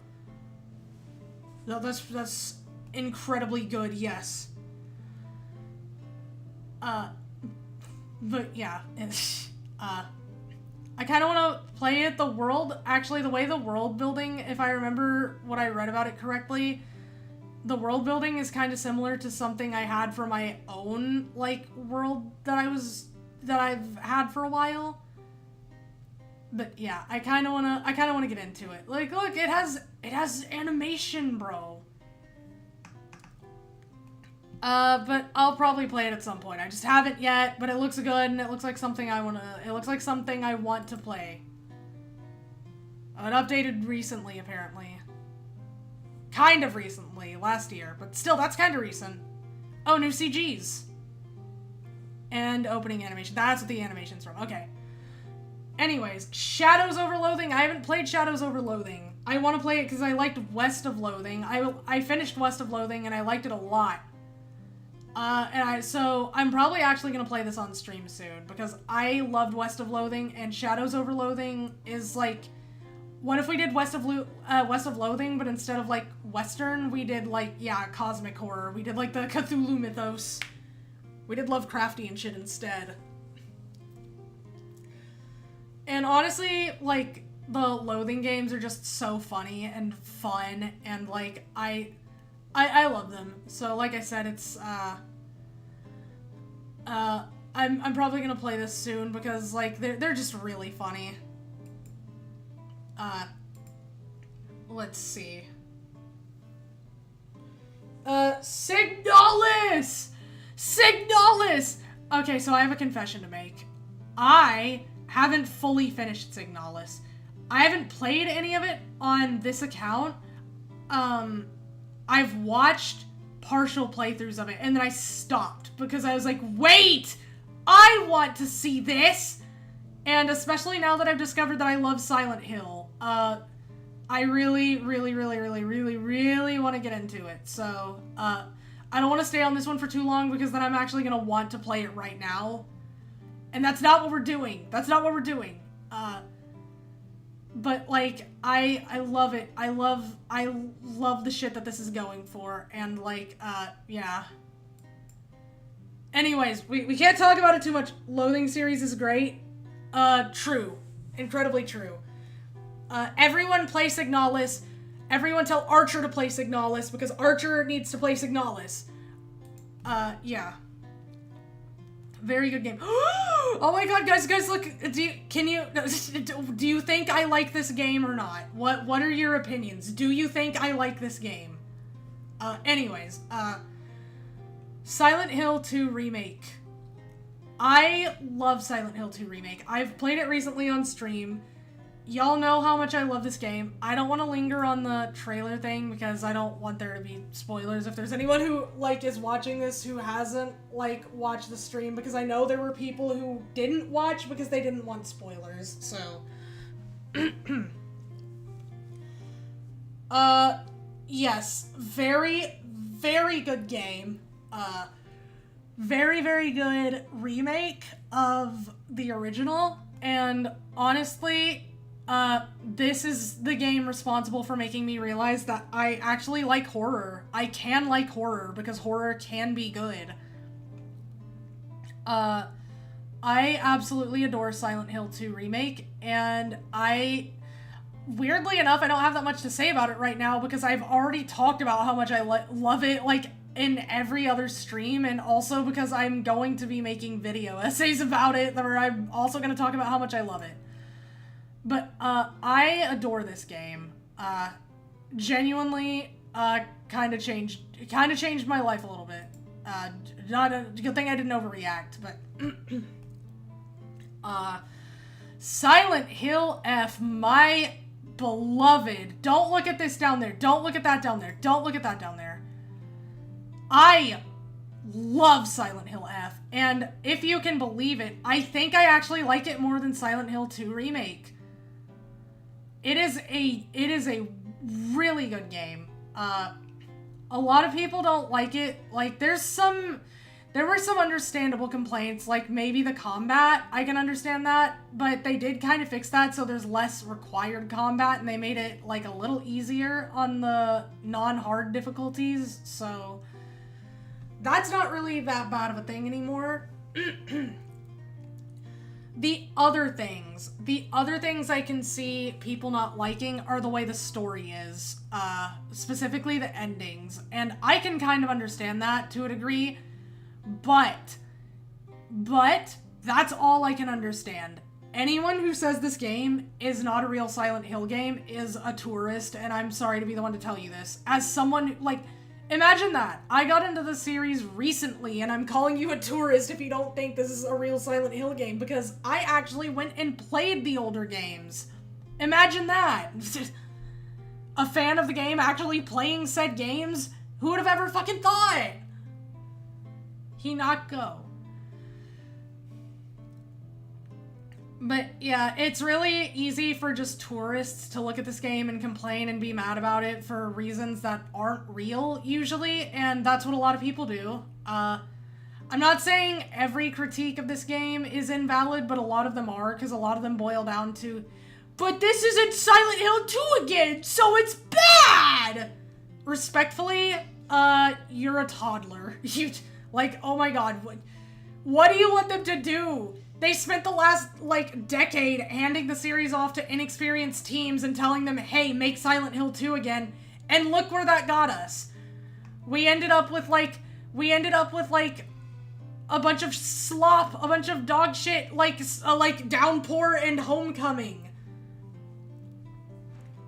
And then, like, what, you want us to do that again? We already did that. We saw where that went. We saw what happened when they just tried to make the same game multiple times and without doing anything new. Like, I don't know. Maybe if this game sold better than most of the other games, in fact, I think all of the other games had sold faster than all of those games, maybe they actually did something right. Here's a thought. But yes, it is a very good game. A lot of the people that are complaining about it are just mad because it's not Silent Hill 2 again. And I don't know what to tell you. Just play Silent Hill 2 or play one of the games, one of the many games that is supposed to be an homage to Silent Hill 2. Like, I don't know, fucking mouth-washing. I don't know. But very, very good game. If you don't like it, that's fine. Like, I can comfortably say this is not for everyone. But saying that this isn't a real Silent Hill is not only disingenuous, but just incredibly, like, shallow and wrong. And wrong, by the way. Wrong. Don't mess with Silent Hill / Toho / Project Moon fans. We don't play the games. True! So true! So fucking true, bro. Why is that such a, like, popular genre of thing? Like, games with fan bases that don't play their games. But no, very good game. I'm not going to talk about it anymore because we are actually going to be playing it tomorrow. So we're not going to talk about it. We're not going to talk about it. We can talk about it tomorrow. But yeah, anyone who says it's not a real Silent Hill game is just salty that it's just not Silent Hill 2 again, which is what they've decided that what it means to be a Silent Hill game is just be Silent Hill 2 again. But like I've said, we've seen what happens when you do that. You end up with fucking Downpour and Homecoming.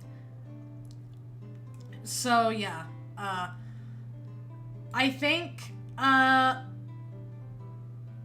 yeah. Slay the Princess. I don't think, by the way. I love Slay the Princess. I really love Slay the Princess. Also, by the way, look at this. 20 out of 131. What do you mean? I got the actual, look, it even says finish the game. It wasn't just like the first ending. It was an actual ending culminated from multiple endings. And I only got 20. There's so much you can do in the game. There's so many endings you can get. It's like Bad in Theater Extreme Edition. It's insane. It's a very good game though. Very good visual novel. I really love it. It's a good game. It's a good story. I love Slay the Princess. I love the princess. I think she should be allowed to kill people. Yo! Yeah, look, see, this is peak. But I love them. I love Slay the Princess. I love Slay the Princess. I love, the princess, and I love the character you play as. I think they're the thing you saw, the bird thing. That's the character you play as. Slay the Princess is a top 10 love story. It is. It is. It is a love story. Don't believe the narrator. It's really good. It is a very good game. It's very, very good. I like it. I don't know what else to say about it. Like, shit, it's just a really, really good game. I love it. It's, like, the visual style is so unique and good, and I love it. And I love the princess. I love the story they're trying to tell. It's just a very good game. I wish I could say more about it. I want to talk more about it, but I think I've been talking for so long that I'm running out of things to say in general. But you can get... There's so much you can do in this game. There's so many endings you can get. There's so many, like, branching paths. It's very good. I very much recommend it if you haven't played it, and if you, like, still don't, then I'm probably gonna play it on stream at some point. But this is the pristine cut. I don't think I've played it since, like, because I played the demo, then I played the original as soon as it came out. I don't think I've played the pristine cut.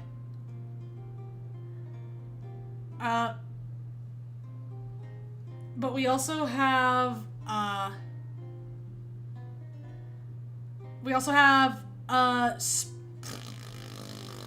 gone. We have Spooky's Jump Scare Mansion. Wait, why am I? Okay, Spooky's Jump Scare Mansion. I love Spooky's Jump Scare Mansion. It's a very fun, like, jump scare simulator game, but it also has, like, some, like, SCP thing going on where you have different things following you and you can read their stories if you find a specific room. And it also wears, its inspiration on its sleeve, like,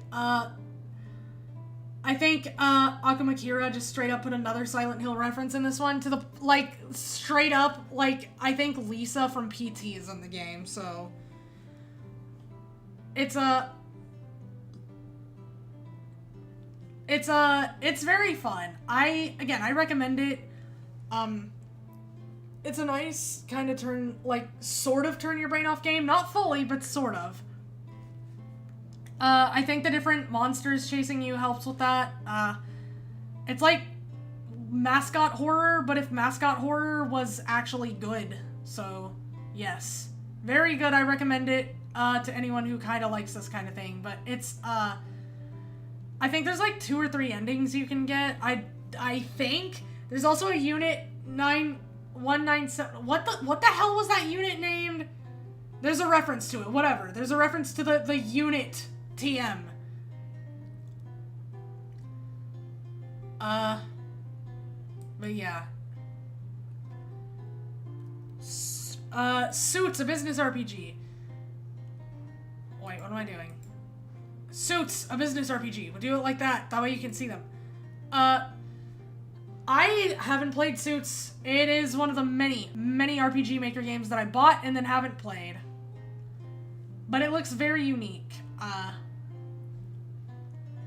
It looks very interesting. Like, look at, this is just so bizarre. That guy, the guy, Jerome. Yeah, I don't know. It's, I don't know what this game is about. I'm gonna be real. A lot of these, I don't know what they're about. It's an RPG Maker game, so there's some fuckery going on for sure, but, you know. Oh, Suits 2? Absolute jazz. Well, anyways. I haven't played it yet, and I would like to. It's another one of those. What is... Tales of the Black Forest, I think, is another RPG Maker game that I downloaded, like, oh, wow, another one! I downloaded it and then haven't, and then I haven't played it. Heisei era. What is it right now, like, Reiwa? It's not Reiwa, is it? It is Reiwa era. Shit. I don't know what time it is anymore. I want to play it,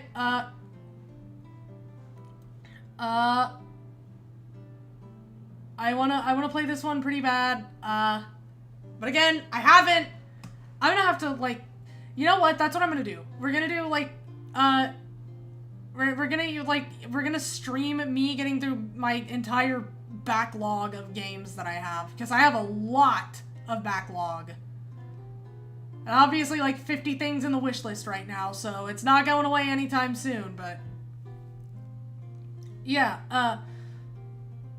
it looks pretty interesting, and I want to play it really bad.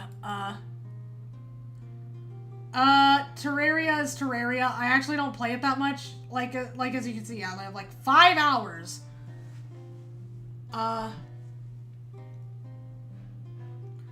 It's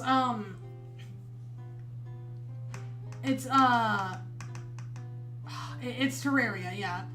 I only played it with my friends a little bit. I might get back into it, but it's, other than that, it's just kind of something I play, like I used to play.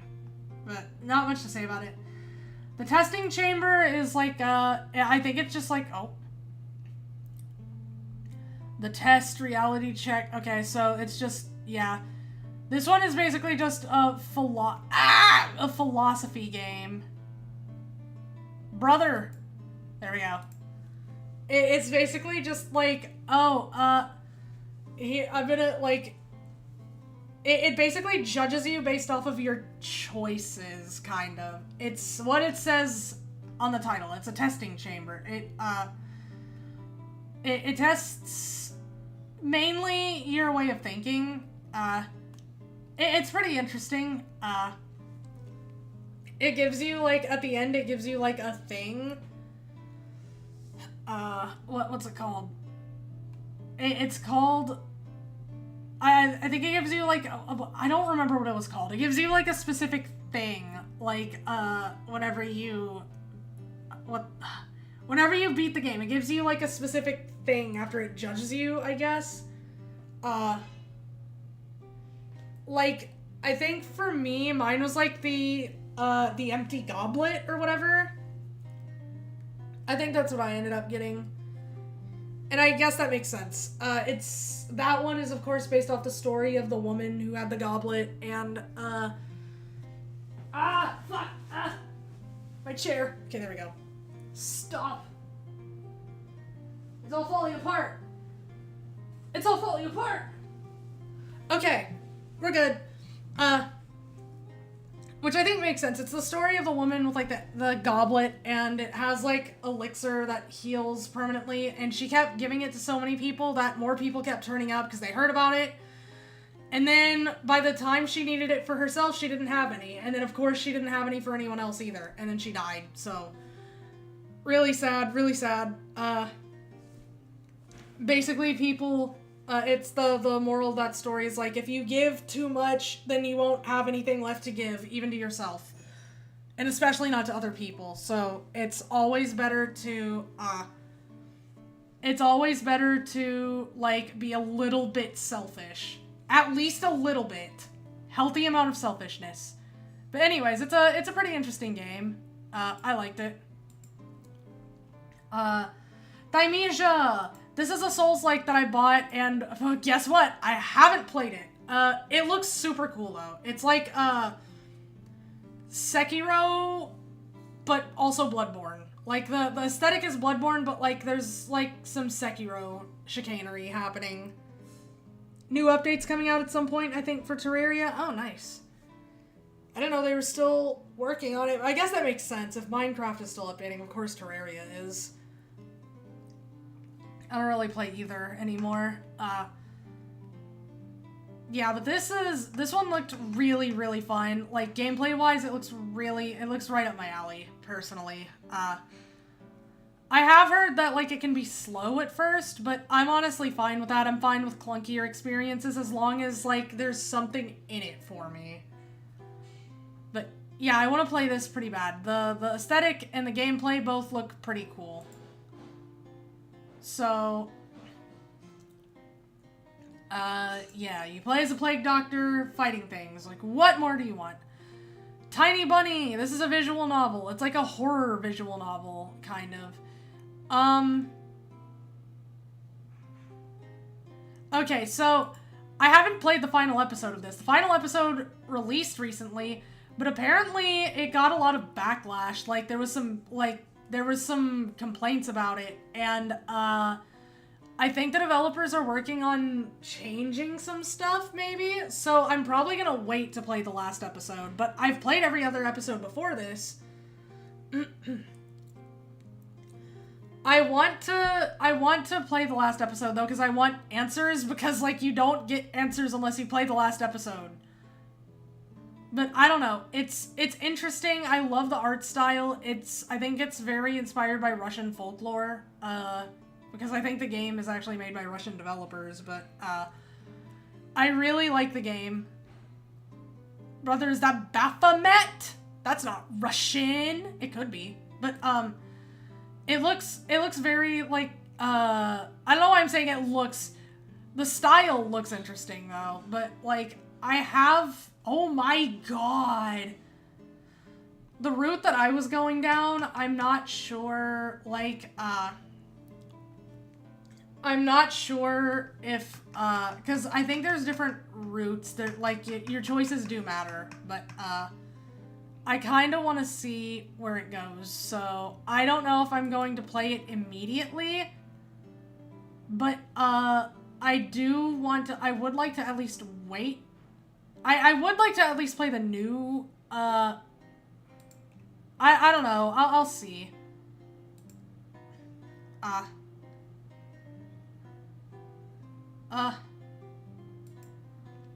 Okay.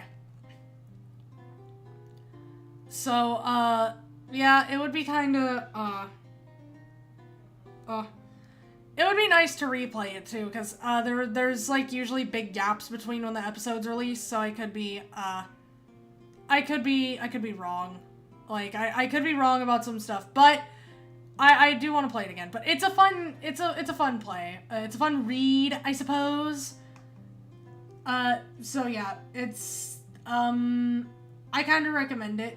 I've been recommending everything, honestly. I shouldn't do that. I don't recommend anything anymore. Don't listen to any of my recommendations. Ever! Anyways, we're almost at the end, I think. Kind of. But yeah, Tiny Bunny is pretty interesting. Titanfall 2 is another one of those games I downloaded because my friends were playing it, and they were like, Archer, play this with us! And I was like, okay, sure. And we played it for a bit. I don't really personally care that much for Titanfall 2, though. The movement's fun, I guess. But we're about to get to a game that I actually have played. That also has really fun movement, but we're not quite there yet. So for now, To the Moon. I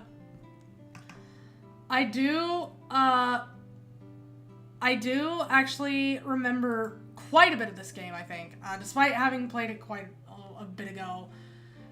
I do like this game. From what I remember of it, it's kind of sad. I mean, obviously. I think I might try to play it again, but I do like To the Moon.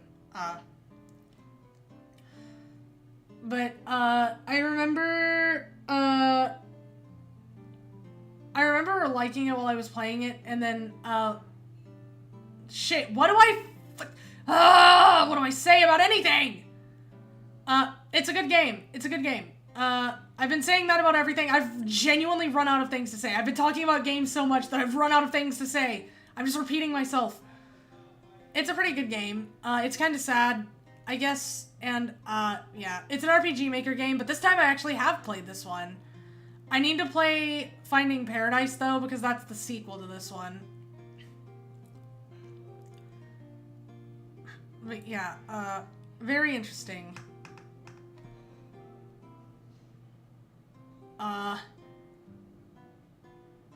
Let's see. Yeah, I don't have that much else to say about To the Moon. It's pretty good. Touhou Gensokyo Survivors. It's exactly what it sounds like. It's Vampire Survivors, but it's Touhou. It's pretty fun, if a little unbalanced. Like, some characters are definitely better than others to start with. Like, it's pretty much impossible to start with Remelia. Like, Remelia just starts off really, like, the bat ability is super weak, to start off with. Then, Aya's a little difficult to start off with, but, I mean, still possible. Chirno is also kind of difficult to start off with, honestly. But, like, it's pretty fun. It's not as... There's not quite as much as there is in, Vampire Survivors, but it's pretty fun. And, I don't know if you can see this, but look, you have this upgrade system that's pretty cool.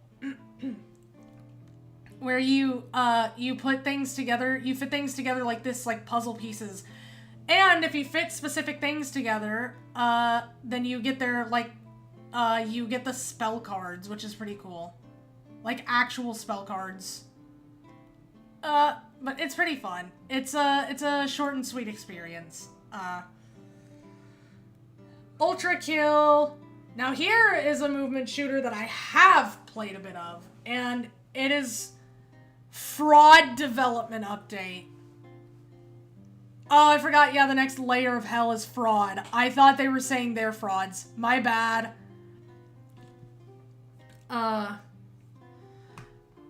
But yeah, Ultra Kill is pretty fun. I have a lot of fun when playing it, even though I don't normally like shooters, especially not first-person shooters, it's just really fun. It has enough inspiration from things like Doom and Devil May Cry that I can actually get pretty into it. I didn't mean to do that. You died for that one. You died for that one, Archer! But, it's very fun. I'm not as good at it as I probably could be, just because, like, I don't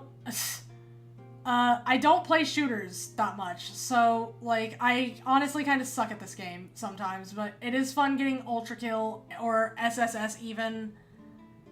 It's especially fun getting Ultra Kill, but maybe if I practiced more, I just don't feel like practicing that much right now.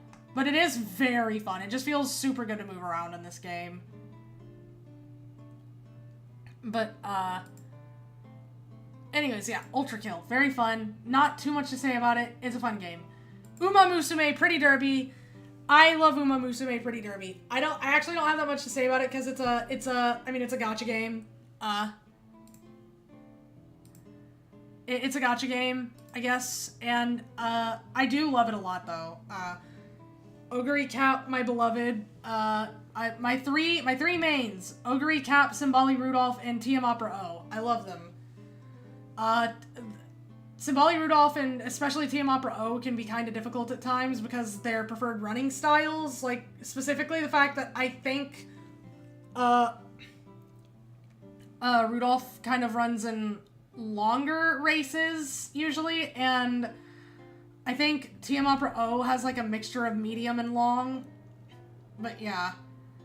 Anyways, it's very fun. I haven't been playing it as much recently, but I do still like it a lot. It's maybe the most, like, I was gonna say the most generous, like, gacha game, and it is, but I mean, Cygames got into some shit for something recently that I'm not gonna talk about here, but, yeah, not good stuff that Cygames has been doing, even though they, up until that point, had a pretty good reputation. Like, I kind of had a pretty high opinion of them, but I guess that just goes to show that, I mean, at the end of the day, a company is still a company, so,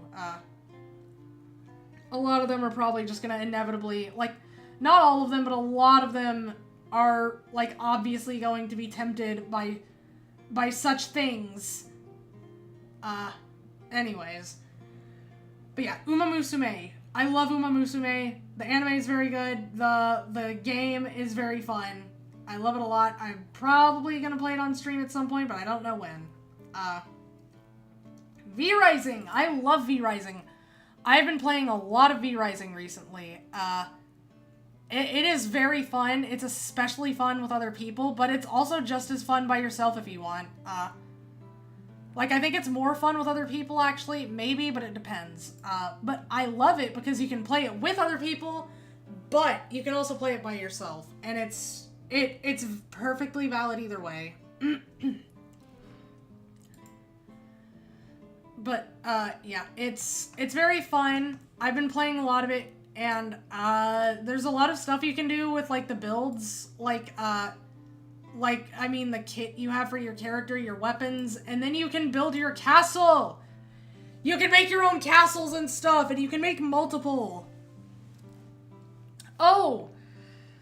And the worlds, like, the worlds and servers you make are very customizable. Like, you can, go into the settings and change different things, like drop rates and, level caps, things like that. Not level caps, but, like, you know, you can change things like that, basically. And then, I think you can change how many castles you can have. You can change, the build limit from, like, I think the highest you can build by default is 3. You can build up to 3 floors, but I think after that, like, you can go up to 6 at the max if you increase it. So you can build a 6-floor castle if you want, which is pretty cool, and I did do that. It's just pretty fun. The V-Rising is very fun. I've been having a lot of fun with it recently, so I don't have too much to say about anything because, again, my throat is, like, dying and I'm running out of things to say. Vampire Survivors. Everyone knows Vampire Survivors. Everyone loves Vampire Survivors. I haven't played it in a long time, but I do love Vampire Survivors. It is very fun. Dopamine simulator. Yes, that's a good way to put it. It is dopamine simulator. It is very fun. It is a very fun game.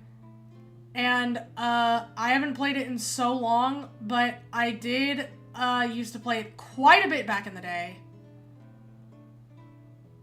But yeah. It's very fun. I want to play more of it.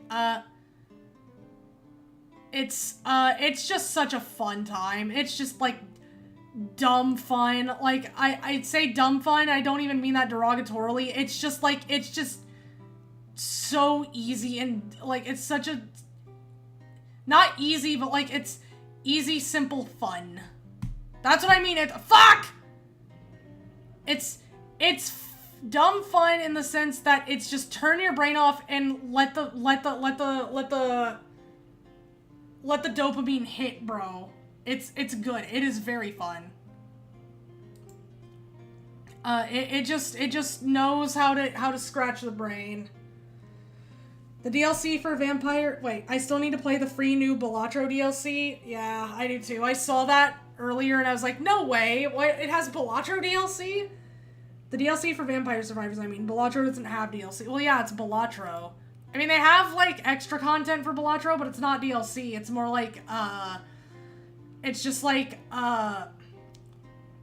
it's literally just like, okay, well, we have card skins. That's it. You don't even have to pay for them. You just have them. Like, I use the Slay the Princess card skins. But anyways. Vampire Survivors, very fun. West of Loathing, because YouTube Studio and Wallpaper Engine. Those aren't games! West of Loathing.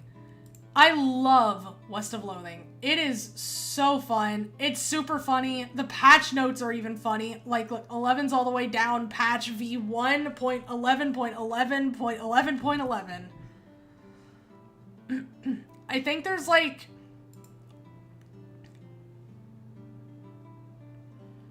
Hold on. Let me see. Some of these patch notes are genuinely hilarious.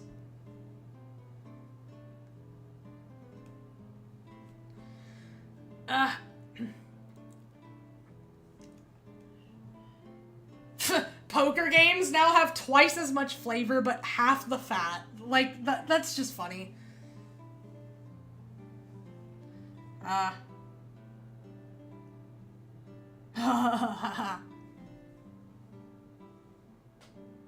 Okay,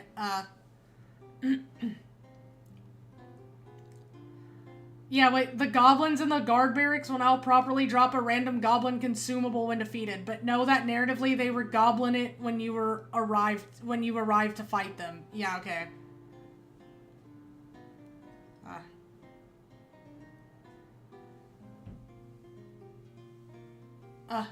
Your partner. I kind of want to replay this. I kind of want to replay West of Loathing since it's been so long, but yeah. Anyways, I just like it's just so funny. I was looking through these. I don't feel like reading through all of them, but like I was just trying to find some of the funny ones to talk about, because Balatro's getting a version 2 or something at some point. I didn't know that. But yeah, I think I got the Reckoning at Gun Manor, but I don't know. Maybe I did. Reckoning at Gun Manor. But it's really funny. It's just a really funny game. Like, I don't have that much to say about it. It's very funny. It's fun also. So I definitely wouldn't mind playing through it again, because it's just so fun, man. It's just so fun. You're fighting the cows. The inciting event is literally when the cows come home, or when the cows came home. That's just super funny. Anyways. Yeah, it's just really funny. It's a funny game. Oh, we're so close to the end. Guys, we're so close. Witch's House. I love Mahjong no EA. It's been so long since I played it that I genuinely don't... I don't remember anything about this game. I don't remember anything. Not a thing. In fact, it might not have even been me that... I think I just watched a playthrough of it now that I think about it. Yeah, that was what it was. That's part of why I don't remember it. Okay. Yeah, it's a really good game and I'm excited to play it, but it's another RPG Maker game that I bought and haven't technically played yet, but it's a classic. Yep, like it says right there. It is a classic RPG Maker game. It's up there with, like, Eve and Mad Father when you talk about, like, the classic RPG Maker games. Enough said. Worldbox. I do like Worldbox. It is a very fun game.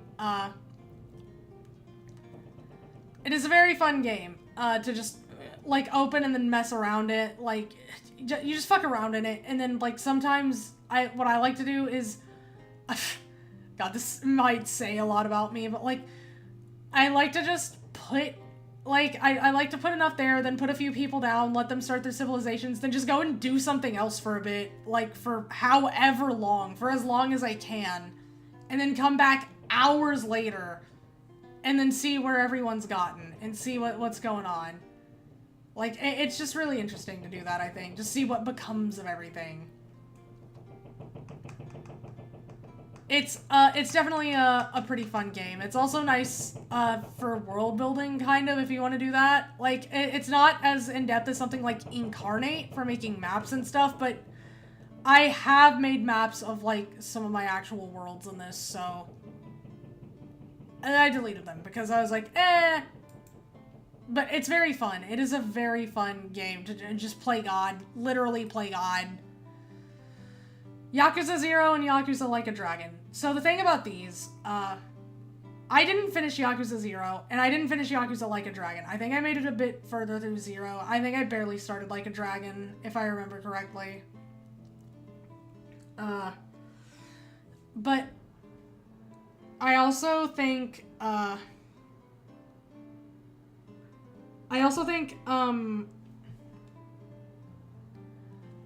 was I gonna say? I also think I played Kiwami a long time ago, but I don't... Not a long time ago, but, like... Never mind, man. I don't remember! I don't remember anything! But I want to play them again soon. I want to try to finish them. That might be something I do on stream because I did enjoy Yakuza 0 as I was playing through it. I just never finished it. But it's pretty fun. It's over the top in the same way that Devil May Cry is, kind of, and I love it. Anyways, Yomawari. I haven't played either of these, but there's a third that I also haven't played that I had to stop myself from buying because I had to remind myself that I haven't played the first two. But I want to play them. I want to play them so bad. They're more horror adjacent. Like, let me go to this one. Whimsical but horror.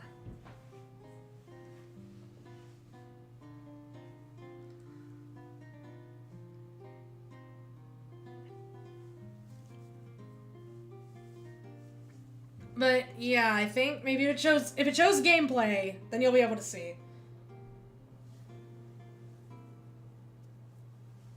But it's like yeah, it's like this. It's just kind of a it's just like a small horror game, I think. And I wanna play it. I wanna play it really bad. And it has, yeah, look at the style, it's so good. I want to play it. But yeah, I want to play both, or all three of them, because there's 3 games out now. But I haven't gotten to play either of these 2, so I haven't bought the third. You Will Not Remain, I think I played this a while ago. Like, a while ago. Yeah, bro, 2022. That was forever! It's just a short little, like, pixel game. Almost RPG Maker adjacent in terms of its, like, presentation and the story it's telling, but it's just kind of a short little experience that I kind of liked. But yeah.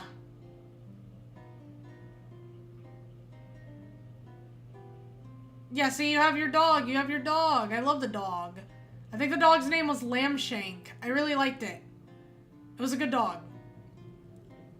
And then there's like an eldritch horror in the background, but who cares? Because you have your dog. You have Lambshank. But yeah, it's nice. It's a nice little experience with your dog. Oh yeah, and you have the what's it called? The achievement being called Existential Fetch is really good and I love it.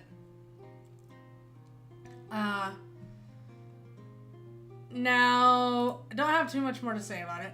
Your only move is Hustle. I have fun with this one. I think I have the most fun, like, as most people do, with the many, many mods, because Virgil is just, it's just really fun using Virgil in this kind of game. It just is.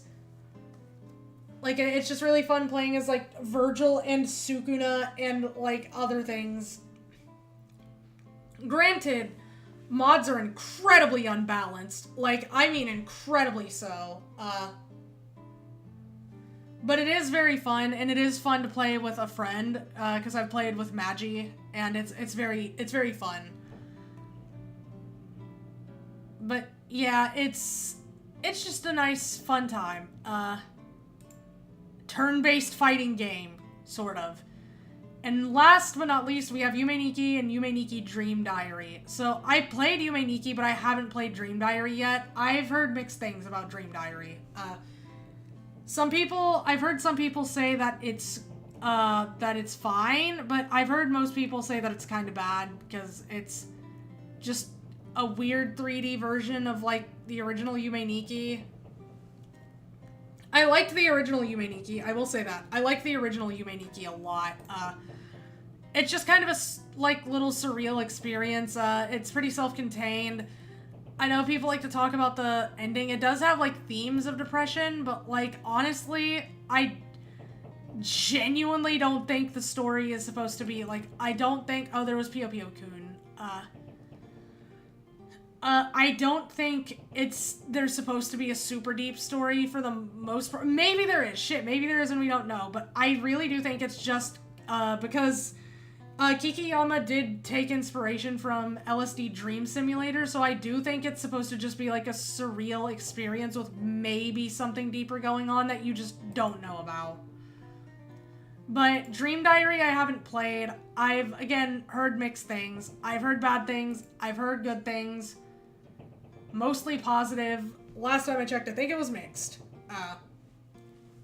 But I do want to play Dream Diary because I don't know why they called it Yume Nikki Dream Diary, because Yume Nikki already means Dream Diary. Like, why do you call it chai tea? Chai already means tea. You wouldn't say tea.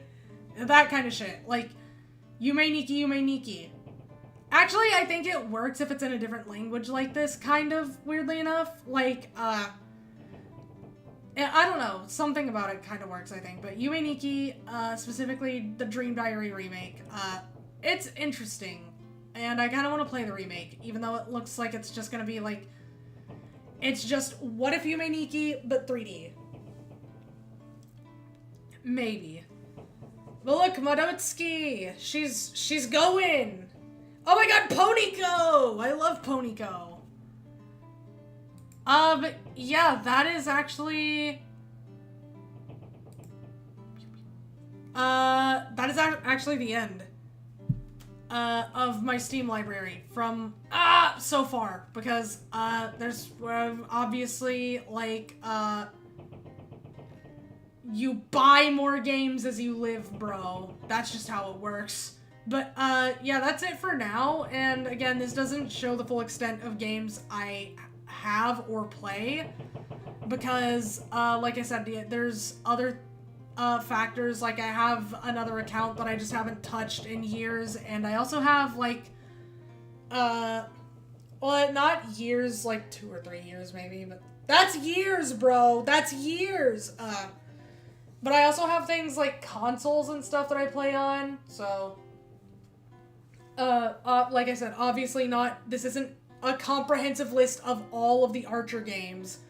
This is just, like, what I have on Steam, which is what I, mostly play. Like, I play this more than my consoles now, so. But, yeah, I'm probably just gonna, hold on, let me move over to, here we go. Alright. I'm actually probably gonna end the stream right now because, also, hey, I didn't see you in YouTube chat because I can't see YouTube chat still. I'm sorry, I wasn't ignoring you, I swear. But I'm probably gonna end the stream right now because I've been talking for, like, almost 4 hours straight, and, I would like to rest my voice, especially for tomorrow because we're gonna be playing Silent Hill F.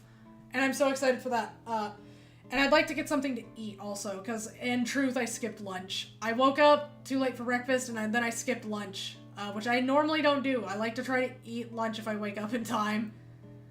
But you know, sometimes I don't. I mean, sometimes I'm awake for that's so weird. My sleep schedule is so weird. It's inconsistent, too. That's the best thing. Joined at the end, get that rest. Thanks, bro. I am going to, but like I said, we'll be here tomorrow for, Silent Hill F, which I'm very excited about. I am going to need to be playing games in between it, though, and we might have to take a break at some point, because I'm going to try to get all 5 endings. Obviously ending with the true ending, because I like leaving things on a good note, so... But, yeah, for now, this is where I'm gonna end it, because, like I said, it's, I've been talking for almost 4 hours straight, and that would be enough to put a few dents in anyone's vocal cords. Even mine, as good as I am at screaming and being loud for prolonged periods of time, unfortunately. Well, unfortunately for other people, that's kind of a good thing for me, I don't know. I consider it a skill. Anyways, I will, post the schedule sometime after this, because, I like to post the schedule after my last stream, but I don't know, I might change that sometime soon, but I think I've been liking posting it, after the Sunday stream. even though it can feel a little last minute. But I will be posting it after this, so look for that. Like I said, Silent Hill F tomorrow, and then you'll see what the rest of it is on the schedule. So thank you for coming and just, I guess, listening to me just yap about whatever games I happen to have for like 4 hours.